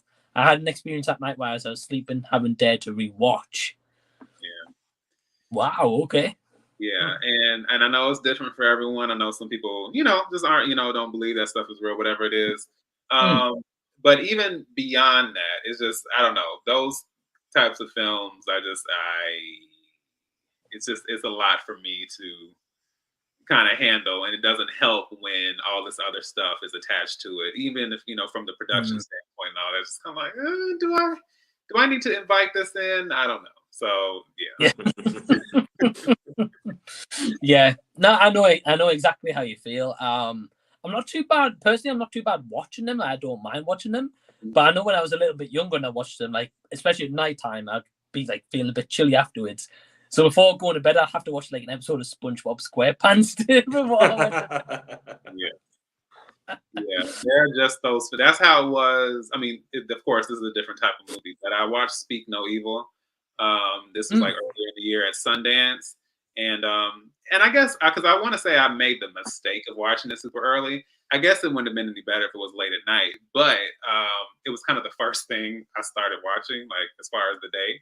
And because it deals with, as I said before, kind of a certain element of sadism and people who really take joy in inflicting pain and harm and just like, hey, we can do this because I really had to like find like, you know, the Fresh Prince of Bel-Air, the Nanny, Disney Channel original movie, something, because I'm like, no, this is about to like shroud my entire day. So yeah, sometimes you have to do that. Right. Yeah. It kind of sounds kind of very similar to me, like stuff like that. You have to watch something very light-hearted before kind of moving on. Ryan, have you ever had anything like that? It depends on the movie, I guess. I can't think of anything recently. Speak No Evil, though, was pretty shocking. Like, that ending, I just didn't expect that to go down.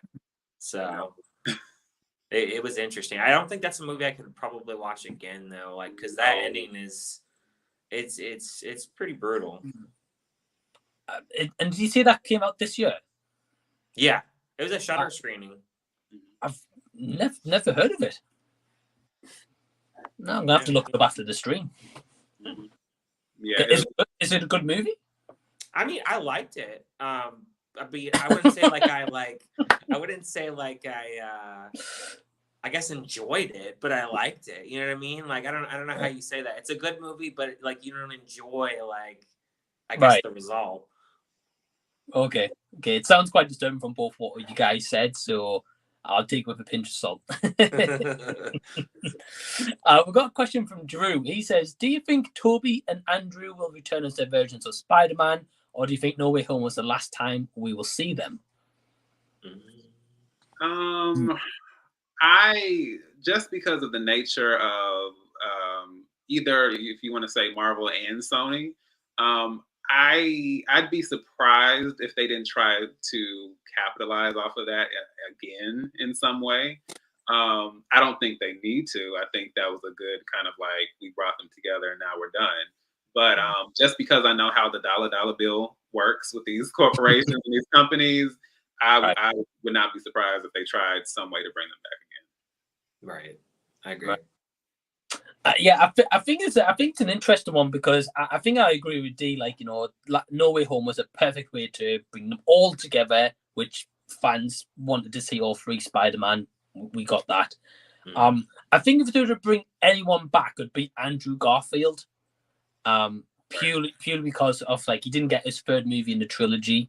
Right. Now years later, where people probably be more receptive of those movies, and also with this Sony Sinister Six verse they've got going on, we don't know if it's going to be Tom Holland. We don't know if it's going to be Garfield. We have no clue.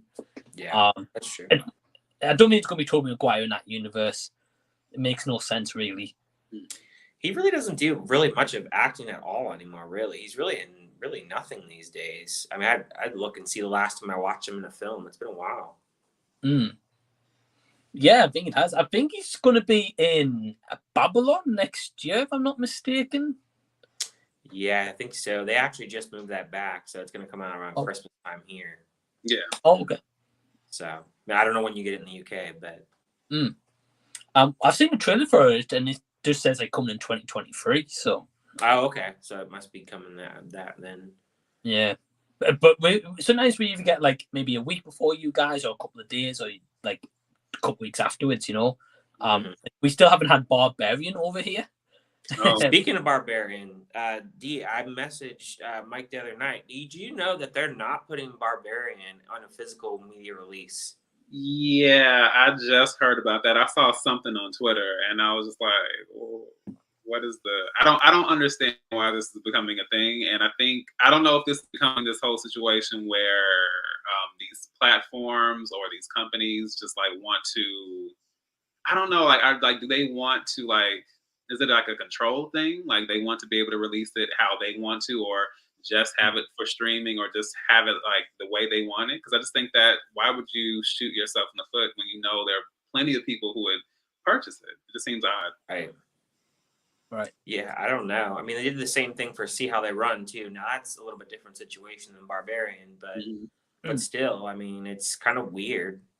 I mean, there are movies that have done worse money-wise. They've released on physical media, and Right. sometimes they find more of a following on physical media because people are just curious and pick them up, Exactly. you know? Right. So, I don't know. I don't know the reason. It's a strange one because I think it's Disney. Being honest with you, I think they're very weird with physical media releases. I don't know if it's because they might think, oh well, if they have Barbarian on their Disney Plus, people can't go out and buy it physically. They're gonna have to go to Disney Plus to watch that movie. That's Right. my problem. Like, no, like just using it to drive people towards your, streaming platform. Like, that's, to me, it's counterproductive because that's an additional stream of income that you guys are not getting. I get that you want to pour it all there, and it's an important source, and you have all your, a lot of the big bulk of your library there, but for me, it just makes no sense to cut off any additional money that you could receive. I mean, Right. Yeah, Right. Yeah, well, I mean, when I was in Florida, I got to see Barbarian with Anthony. And I went in because Cinematic Tendency told me it was like this year's Malignant, and I was like, oh, no, I was like, I'm not saying that. But I actually really loved the movie. I can't wait to watch it again. So I would bought that in physical media. But yeah, it's a bit of a weird one. I don't know who in these marketing departments make these decisions. Yeah. Because I mean, you got 2 sales straight away here, so I don't know. Bit of a strange one. But we've got Jacob saying here, he says, the She-Hulk finale was one of the most mind-baffling pieces of stupidity I've ever witnessed, but it's better than the 10 minutes of Catwoman I watched. Yeah, She-Hulk did this thing where I know what they were trying to do. It's like they were trying to be meta, and it's like, hey, we're poking fun at ourselves, and we're stepping out, we're breaking the fourth wall, and we're kind of addressing this. We're making fun of our flaws and our criticisms, but it's kind of like, but all of that is, you're kind of validating all that at the same time with how you're handling this finale. So Right. like, I get it, but this isn't really landing because the issues are still there. So it was a bizarre experience. Yeah, I mean, I haven't seen the series, but I've seen like bits and pieces, like Daredevil's return and stuff, and I've seen that end and finale scene, and I was like, so spoilers ahead for anyone who hasn't seen She-Hulk, but I was like, why has she gone into Disney Plus for? And why is she just taking out these projects? Like, if that's the case, why is she not just erase like the last 10 years of Marvel with Iron Man and stuff? Yeah, right. Mike, quick question. Is it cool if I hop off and hop back on audio? Because I didn't even realize it came up so fast, but I actually have a Black Adam showing too. Yeah, of course. I mean, if you have to go, that's cool, man. No problem at all. Yeah, but I'll just have to hop back on my other device with the audio. That's okay. Yeah. Cool, man. Go for it. All right. Be right back. Yeah, no problem.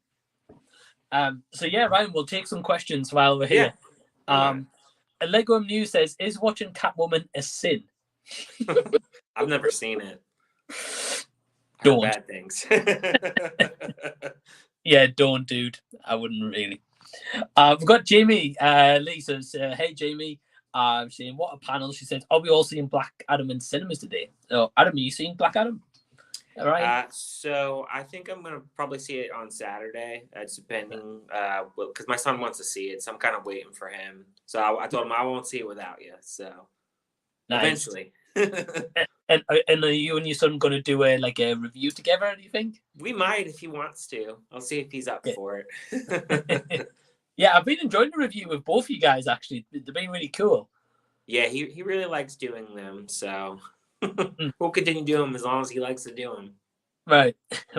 Yeah. I mean, I'm interested to hear your thoughts. I know online there's already been big leaks about the post-credit scene. I haven't read it. Yeah. I know what happens in the full post-credit scene, so I'm not going to spoil it for anyone. Oh, okay. Yeah, I don't read up or I don't really watch a lot of the trailers. I just watch the one trailer and that's it. So that's it. I try to stay off all the comments. I try to do the same if I can, because I hate seeing the trailer multiple times because it just ruins it. Exactly. But yeah, so Black Adam. So Ryan's going to be seeing it the weekend. I'm going to probably see it next week because I'm at the horror convention this weekend. But I'm excited to see it anyway. So let's have a look what else, because we've got quite a few comments. Lego News says, "Oh, I would love to see JoJo's so I would get tortured by Jason and Friday the 13th." That would be fun. I can't say I can't agree, because I probably would agree with that, to be honest. I agree too. Yeah. Jacob says Natalie Portman is great in V for Vendetta and Black Swan. Yeah, she's good in both of those movies. I've seen them both. Oh wow, okay. V for Vendetta has been a movie I've had on my list for like the longest time. I've just never got a chance to see it. Yeah, I pretty much got forced into watching it because my wife really likes that movie. So, so that was one. She's like, "You got to watch it. It's so good." I'm like, I don't know, but it's pretty good actually. So, is it? Yeah, it's been I know, like since I watched it. I know, like the masks are quite iconic from that movie. Yeah, exactly. I'm gonna have to check it out. This comment about JoJo's, Lego News says, "I chose her because she sucked in everything she was in Nickelodeon, and her music sucks too." Yeah, I agree. Yeah, I can't say I don't agree. D Movieman was saying about the Spice Girls getting butchered by Jason on Friday the 13th as well. Well, the fun fact, actually, the first concert I ever went to when I was 8 years old was Spice Girls. Really? Yeah. Wow. So I went with my mom, and that was the first concert I ever went to. So it's just funny that, because D took my answer. I was going to say Spice Girls. I was like, you know what? Fifth Harmony, I think. So right. Yeah, that's what I was thinking of, because that was like the first, like, I would say, like, group that I really got into, I guess, like pop music and stuff. So, but yeah, that would be interesting if they're in that situation. Imagine. I think that would be a cool concept in general, to be honest, but it would. I think it'd make money. Oh, 100%. Yeah, Jacob saying the Spice Girls were in a movie called Spice World, So Bad It's Good. Yeah. Yeah, I've seen it. I haven't seen, like, I saw a little bit of it as like a kid, but I haven't seen it since, and I don't want to. Let's have a look.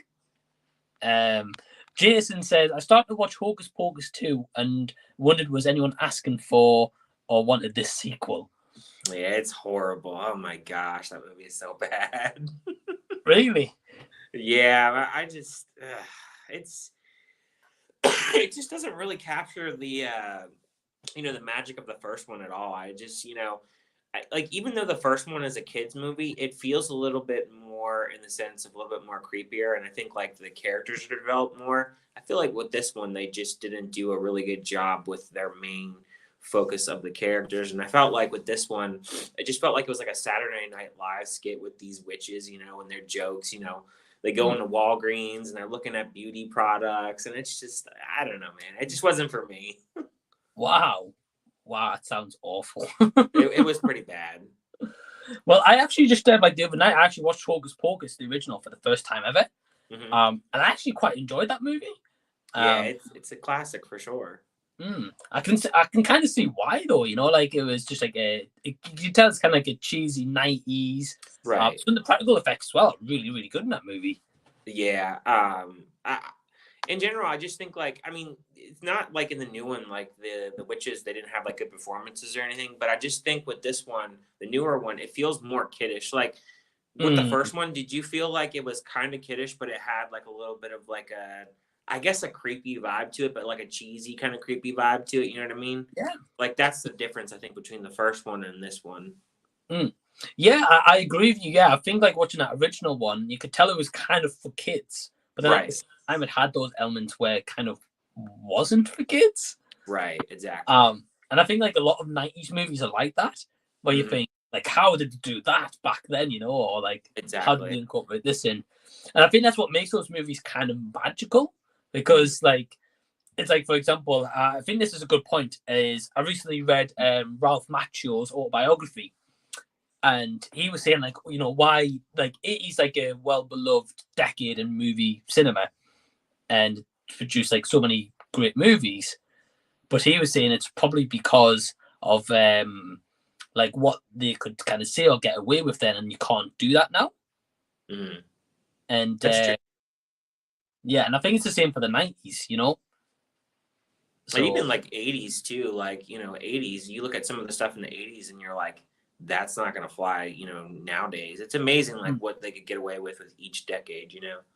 right, yeah, some big changes. And I think in a way, like I think having Hocus Pocus 2 filmed like last year, I think they filmed it and obviously came out this year.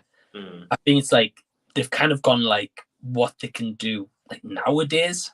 So it's why I kind of like it maybe doesn't stand against the original.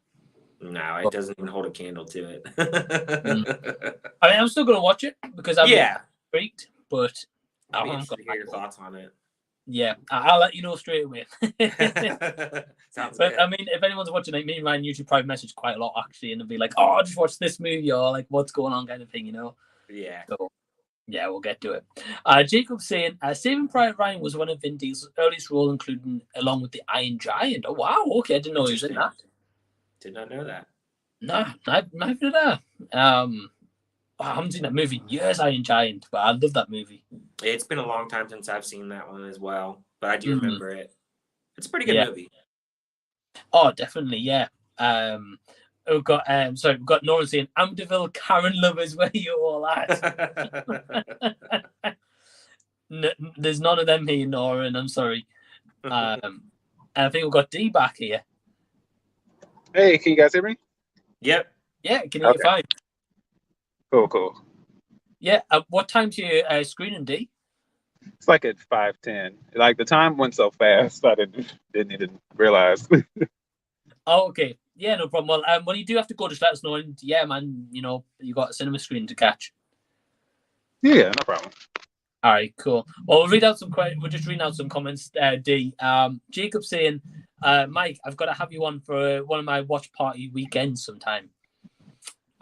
Yeah, absolutely, Jacob. Just let me know what movie, and I'm definitely down. I'm intrigued what movie you're going to pick out, to be honest. So, it'll probably be a movie I've not seen, which is basically every movie. So I'm intrigued. That's true. So, honestly, every time I do a stream or you guys are doing a stream, I'm just like, there's another movie I haven't seen. Here we go. Mike, one of these days you're gonna have to make a shirt that has a quote by you saying, "I haven't seen it." Right. Well, we need some official merch.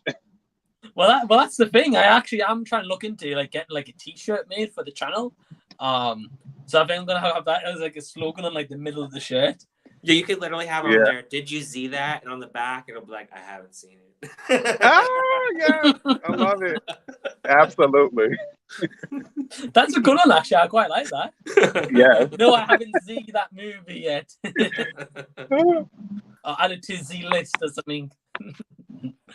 Yeah, I like that. It's a good show. Noran says, if you could choose any director, alive or dead, to direct a film on your life, who would you choose? Wow. Oh, okay. It's a deep question. It is. Oh boy. Now, before we kind of give our answers, are we talking about like our lives from like childhood up until like kind of present? Or are we talking about just like the later years in our lives or early years? Like which kind of decade do you guys think? I need some of that clarification before I make a decision. I'm thinking this would be, I guess, up until now, or hypothetically, if someone could do a film like from live to whatever point. I mean, it could be now, but just I guess as far as the summation of your life, as far as the summation and the probably the more significant aspects of what you would want to be. I guess to direct that. Well, I've just seen later down in the comments, D, so you're right. I've just seen later down in the comments, Norman has just commented again saying your entire life. Okay. Oh, okay. Yeah. That's what I figured. That's a tough one.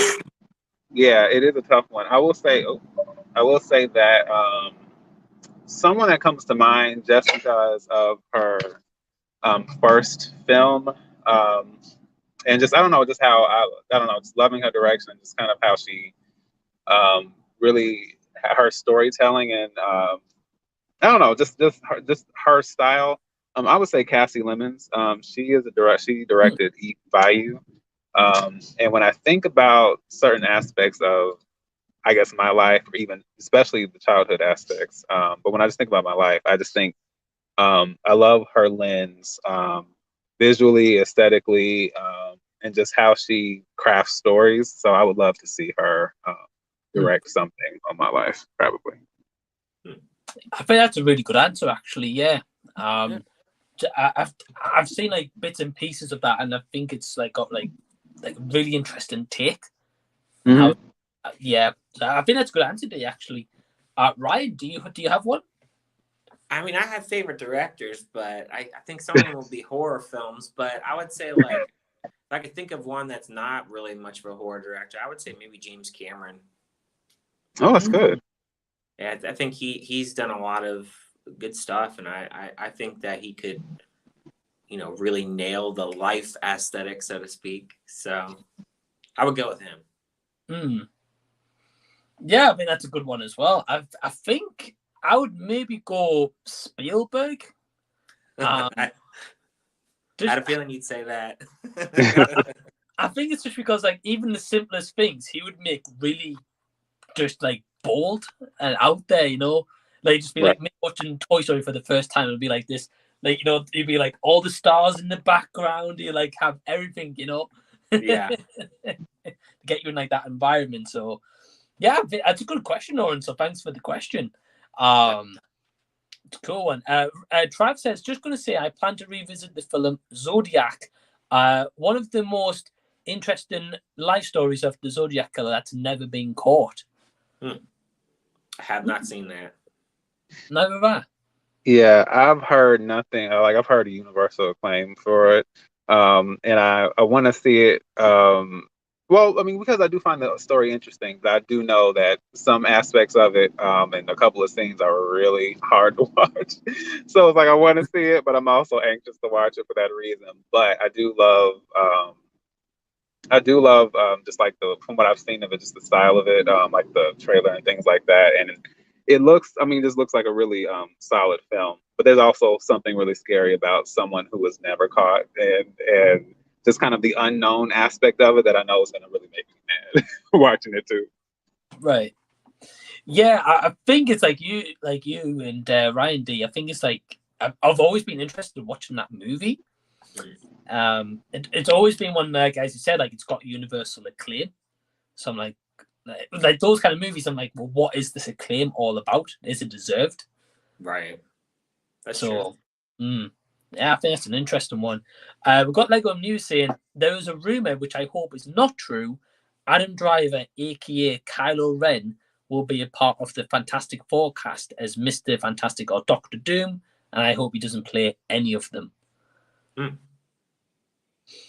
Yeah, I can't see him as either character, being honest. Yeah, I don't see that. Yeah, I think and this, I don't mean this in a like in a, what's the word? Like, I don't mean it. It's not like a knock on him, and it's not a knock on whoever would take the role. But I just feel like what I've seen from Adam Driver and the type of roles he's taken on, to me, that would kind of be. I could see maybe him doing something like that, at maybe the earlier start of his career, or had he not done Kylo Ren or something like that.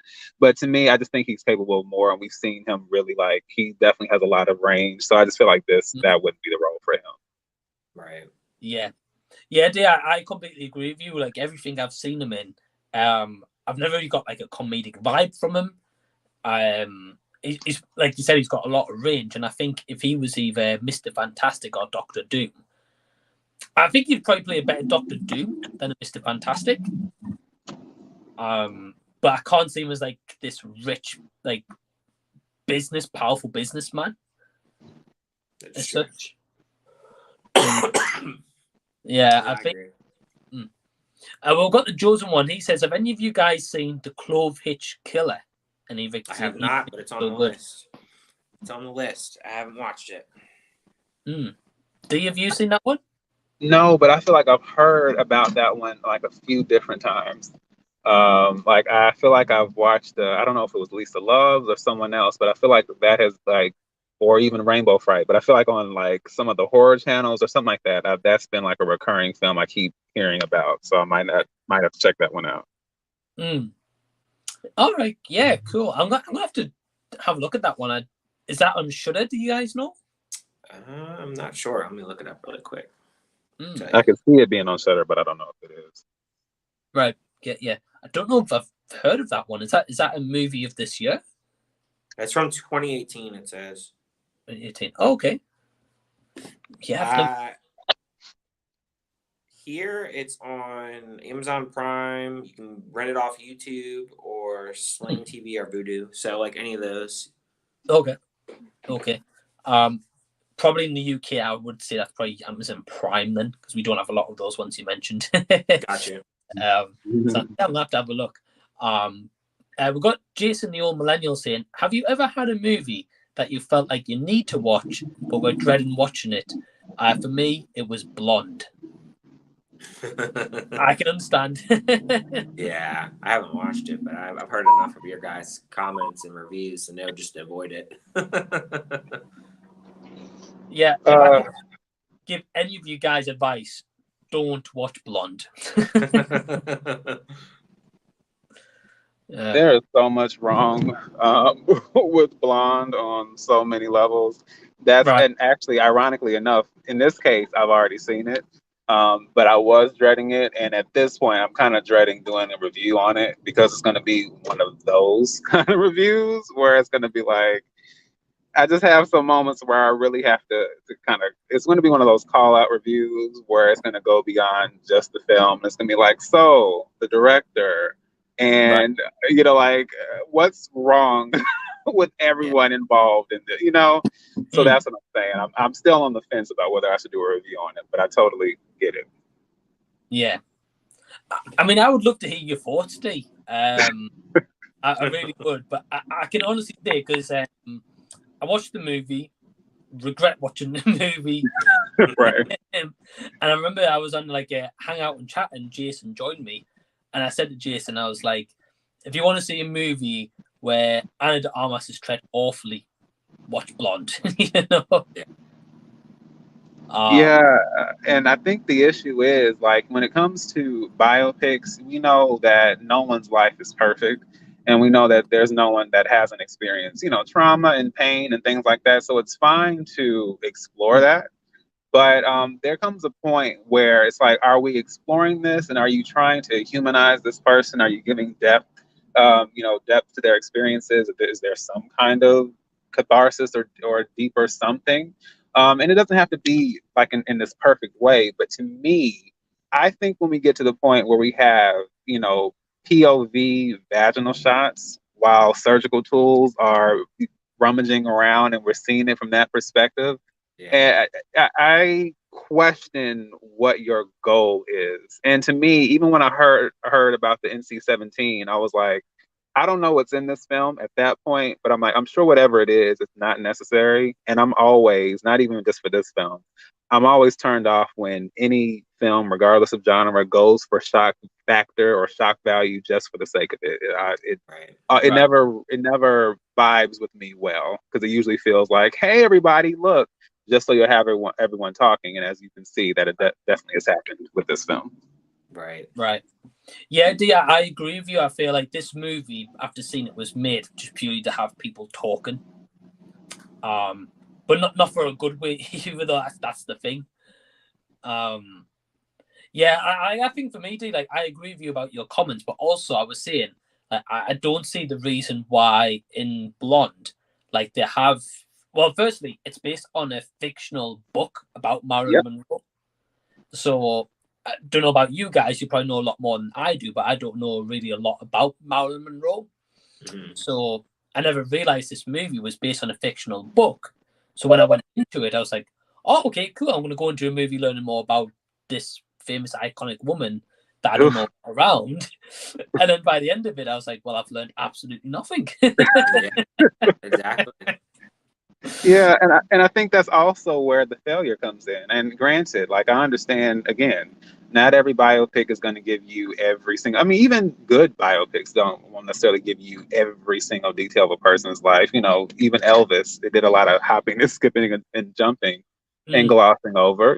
So that element is always going to be there. But it's like, to not even get a slight idea about her or what her impact was or who she was as a person, even if you don't want to get into the film industry or the iconography and her glamour, all that other stuff, is just to not have some idea of who she was, whether it's in her pain or beyond it. That's kind of a failure.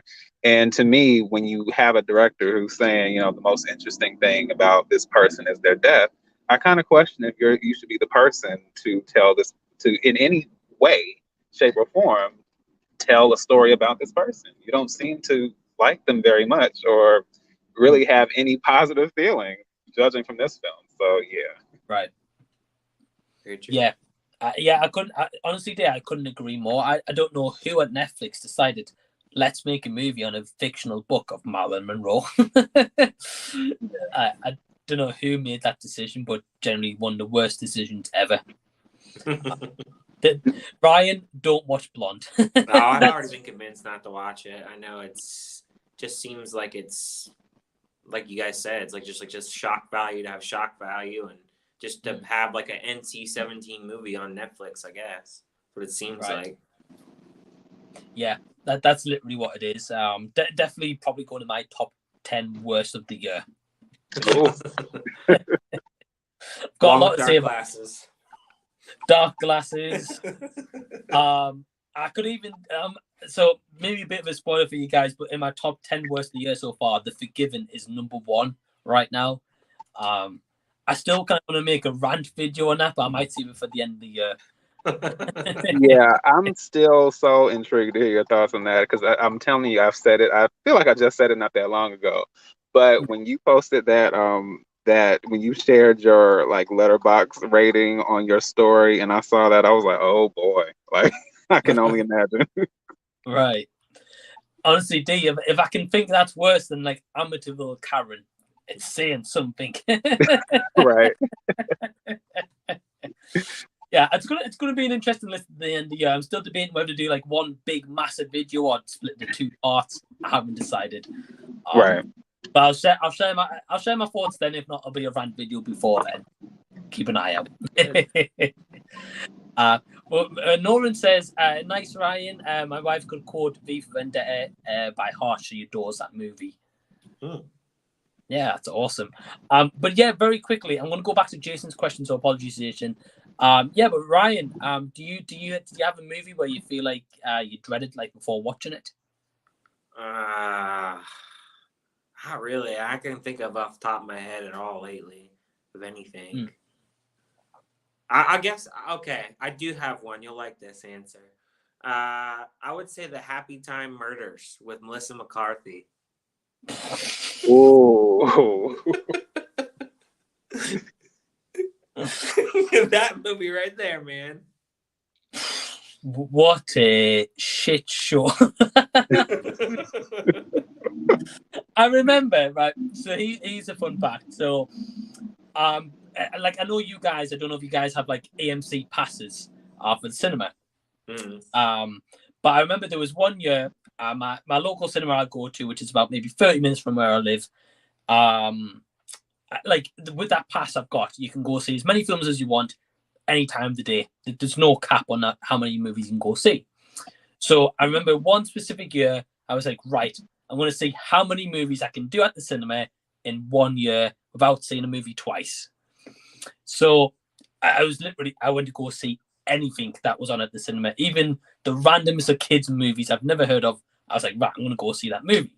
So that was the year The Happy Time Murders was on at the cinema. Oh boy. And my God, one of the worst movies I've seen in my life, and just further solidified why I dislike Melissa McCarthy. Yeah, I can't say I've heard anything positive about that film. Yeah, don't put yourself through it. Now, I want to solidify, just for the record here, I know I dislike Melissa McCarthy. I'm not saying she can't act. What I'm trying to say is every movie I've seen her in is a movie that's directed by her husband, Ben Falcone, I believe his name is, or Falcone, whatever his name is. And she plays the same character in all of their movies he directs. So that's why I dislike Melissa McCarthy. So I just want to make that clear in case everyone's like, "Oh, Mike's a woman hater." I'm not a woman hater. I just dislike Melissa McCarthy. But we've got Gareth saying, "Evening, guys." So hey, Gareth, hope you're doing well. Man. What's going Hey. on? Jason saying, "I would buy some. Did you see that merch?" Well, thank Same. you, Jason. Get it rolling. Well, the thing is, I have said this for a while, is anyone who's on my Patreon, when I do release a T-shirt, I'm going to be sending everyone on Patreon a T-shirt for free. So you guys will be the first one to rep the merch. So that'd be awesome. Sounds great. Yeah. It's just getting a design. That's what it is. I'm just like, I want a really good design where it doesn't scream the channel name, but it's like a shirt you could wear like casually. That's my idea. But I'm gonna get to it. I mean, Jason's saying you're sitting on the gold mine with that shirt idea. Yeah, I really think that is a good idea. We've got Man of Movies saying hello, fellas. So hey, how are you doing? Hey, man, what's going Hey, on? John. And we've also got he's also got a question. He says, "What is your most anticipated film for the remainder of the year and why?" That's an easy one for me. Avatar. It's been so long. Yeah, I'm gonna go the same with Ryan. Yeah, mine's Avatar. It has been a while, and also the last movie my dad went to see in the cinema was Toy Story 3, and I'm gonna drag him to the cinema to see Avatar because it's one of his favorite movies ever. So that's mine.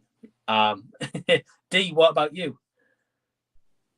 I'm sure there are others because I feel like I'm blanking a little bit. But if only to wash out the taste of the other variation or adaptation of this story, I'm really intrigued to see Guillermo del Toro's take on Pinocchio. Okay. Yeah, I'm intrigued in that as well, actually. Yeah. Especially how I heard the last one wasn't that great from Disney. Yeah. I'm intrigued in that one. I can't imagine it being terrible. So, yeah, it's going to be an interesting rest of the year. Man of Movies has a question for D. So D, the question is, what was your favorite dish from Cafe 22 Tango?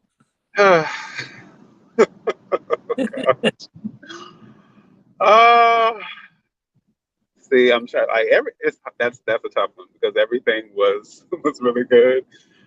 I'm trying to think. I feel like those they had like some kind of. I'm gonna say it was like honey hot chicken sliders.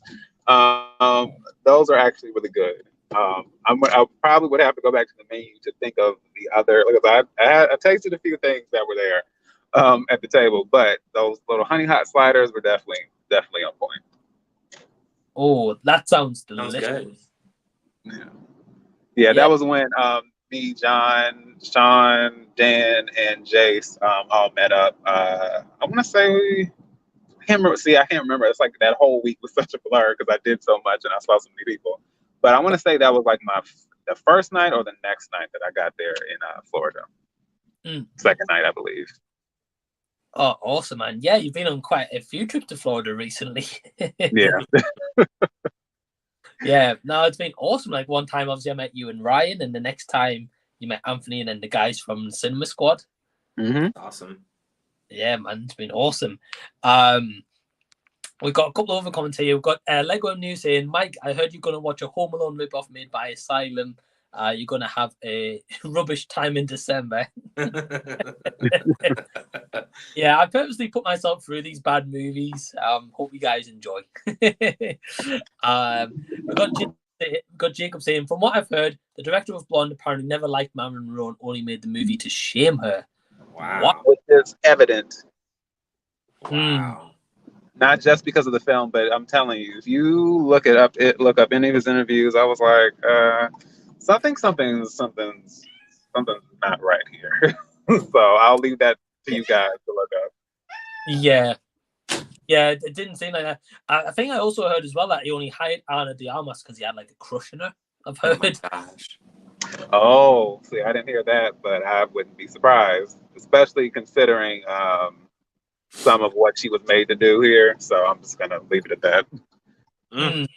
You guys just make me just have no interest at this point. Good. Honestly, Ryan, please boycott it. I would recommend it. We've got Man and Movie saying Del Toro's Pinocchio is winning Best Animated Film at the Oscars next year. You've heard it here first. I could see it definitely. Yeah, I can see that as well. Yeah, I can imagine it's going to be well received. So I'm intrigued. And D, have you got your showing in a moment? Say that again.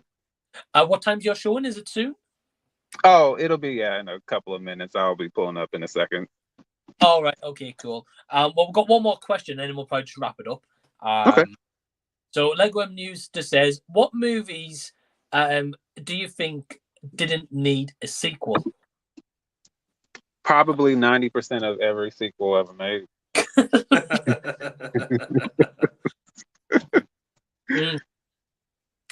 Yeah, I agree. I think one top of my mind would be, have you guys ever seen the movie The Strangers? Yes. Oh gosh, yes. Right. So I like that movie. Or at least at the time I thought it was quite unique. Right.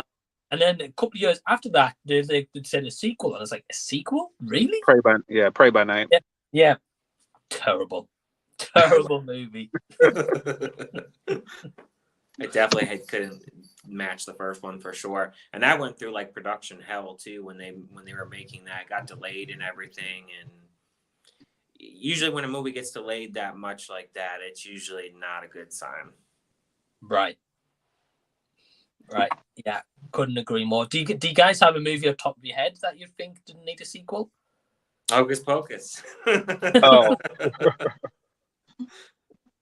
Yeah, that's a good one. And like I said, there are so many to choose from. I will say a lot of threequels are really where a lot of sequels go wrong. And I would say, it's hard because most threequels are just such a mess. But I guess I'll go with, actually, how about this? I won't even go with the threequel. I'll go with the quadruple, I guess. Matrix Resurrections. I don't understand why we would do this. Like, because, Revolutions already had issues, but at least it brought things to a close. And there were some admirable qualities, but Resurrections, I don't know what the goal was there. It's true. Well, I haven't seen those movies at all, but I've heard like after the first one, they all kind of go downhill, and especially the latest one. Yeah, it's like we have and that's with most films. Like you have a very simple, straightforward, really intriguing, layered, all the positive adjectives you can think of, original and distinctive. You have this great concept, and I get expanding upon it, especially with the Matrix, especially because if you've seen, I think the Animatrix does such a quality job of expanding upon the world of the Matrix without it does it in such a unique way with all these different forms of animation and these kind of these anthology films and different stories, but just the live action film.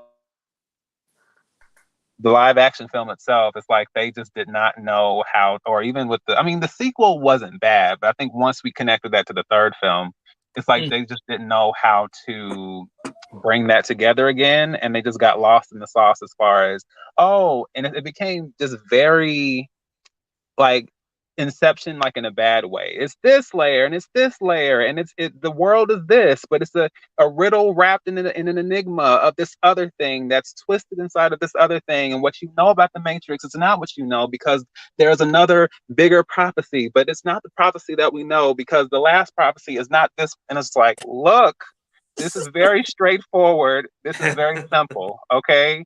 Let's not overcomplicate things here. I'm not saying you have to dumb it down, but like chill out with the piling on of all these ideas. So yeah, I have to go with the Matrix. Sorry, that was a long rant. Well, D, with what you explained, I'm not watching that movie. And I'm glad I haven't seen that one by the sounds of it. Yeah, it's a mess. Yeah, it sounds like it. Norman saying later, all awesome stream. So yeah, well, thank you, Norman, for tuning in. We've got Trav saying, as much as I loved the first Incredibles, we didn't need a second one. Totally agree. Yeah, I didn't mind the second one, but I don't think it was needed. No. Sure. Mm-mm. Yeah. And Trav says, some things are just lightning in a bottle and don't have to be continued. That's true Yeah, too. and that is the exact phrase I use. It's like, once you have lightning in the bottle, just let it be. Right, absolutely. So yeah, we're going to be wrapping up because I know Dee's got a screening, and yeah, I've got to get ready and stuff for tomorrow. So just before I go, I just want to hand it over firstly to Dee. Dee, do you want to let everyone know what you've got coming up on your channel? Yes, I am. Of course, I'm kind of jumping back in. I've kind of been in and out with external responsibilities. But I am hoping. I'm dreading, but also hoping to do some kind of breakdown on Blonde. That's kind of my main thing. I'm hoping, I've been saying it for the longest, but I'm hoping to do some kind of little special ranking on Jumanji. And hopefully just there are a couple of kind of ranking ideas I have that I'm planning on jumping back into. And yes, I plan on finally finishing Bridgerton. I'm telling you, it was never my goal for it to take this long, but life just said, hey, we're going to take you off course. So I have episode 7, my recap of that, and then hopefully we'll have 8 out and we'll be finished, and then we'll just move on to other films and other discussions. So Sounds good. Sweet. Yeah, Dee, sounds like some awesome content. I'm excited for your video on Bond if you do that. Yes, I'm certainly intrigued. So awesome D Movie Man. His link is in the description box below, so please go subscribe to him. I got some amazing content over there. And Ryan, what have you got coming up? I need to do my Halloween Ends review yet. I'm going to be finishing up the Brooklyn Horror Festival. I have my last review dropping tomorrow. Let's see what else I have. Black Adam. And I have a couple other screenings. I think I have a screening for Satan's Slaves, The Communion. I've never seen the first one, so I need to watch that one first before I watch that second one. So I have that Shudder screening, I know. So that's what I got coming up. Sweet. Yeah, man. Awesome. Well, I'm excited to hear your thoughts on Black Adam when you get a chance to check it out. And I know you didn't like Halloween Ends, so that should be an interesting review. yes. Terrible. Dee, have you seen Halloween Ends? I have. That was the other one I was trying to figure out whether I should discuss or not. Because, not just because of the experience, but it's also frustrating because I felt like one of the reviews I'm actually proud of is my Halloween Kills review, because I just really did a whole lot of cutting up in that review. But, and I really had fun with it, but this wasn't even like kind of so bad it's good, silly fun. It was like very sad and sluggish and confused. So my review is probably going to feel that same way. So that's kind of why I was on the fence. But yeah, I might bite the bullet. Just do a quick one. Sure. Well, I would love to see it if you do. Always. Yeah, definitely a terrible movie. Yeah. Right. I'll see it. So that's going to wrap up Z Talks episode 23. I just want to take a moment to thank Anthony, who joined us earlier, Ryan, who jumped on for our second hour, and Dee, who's been a veteran since the beginning. So thank you fellas for joining me. And you can find a link to Anthony, Ryan, and Dee Movie Man channel in the link down below in the description box. And until next time that we'll see you, we will see you later. So bye everyone. Bye.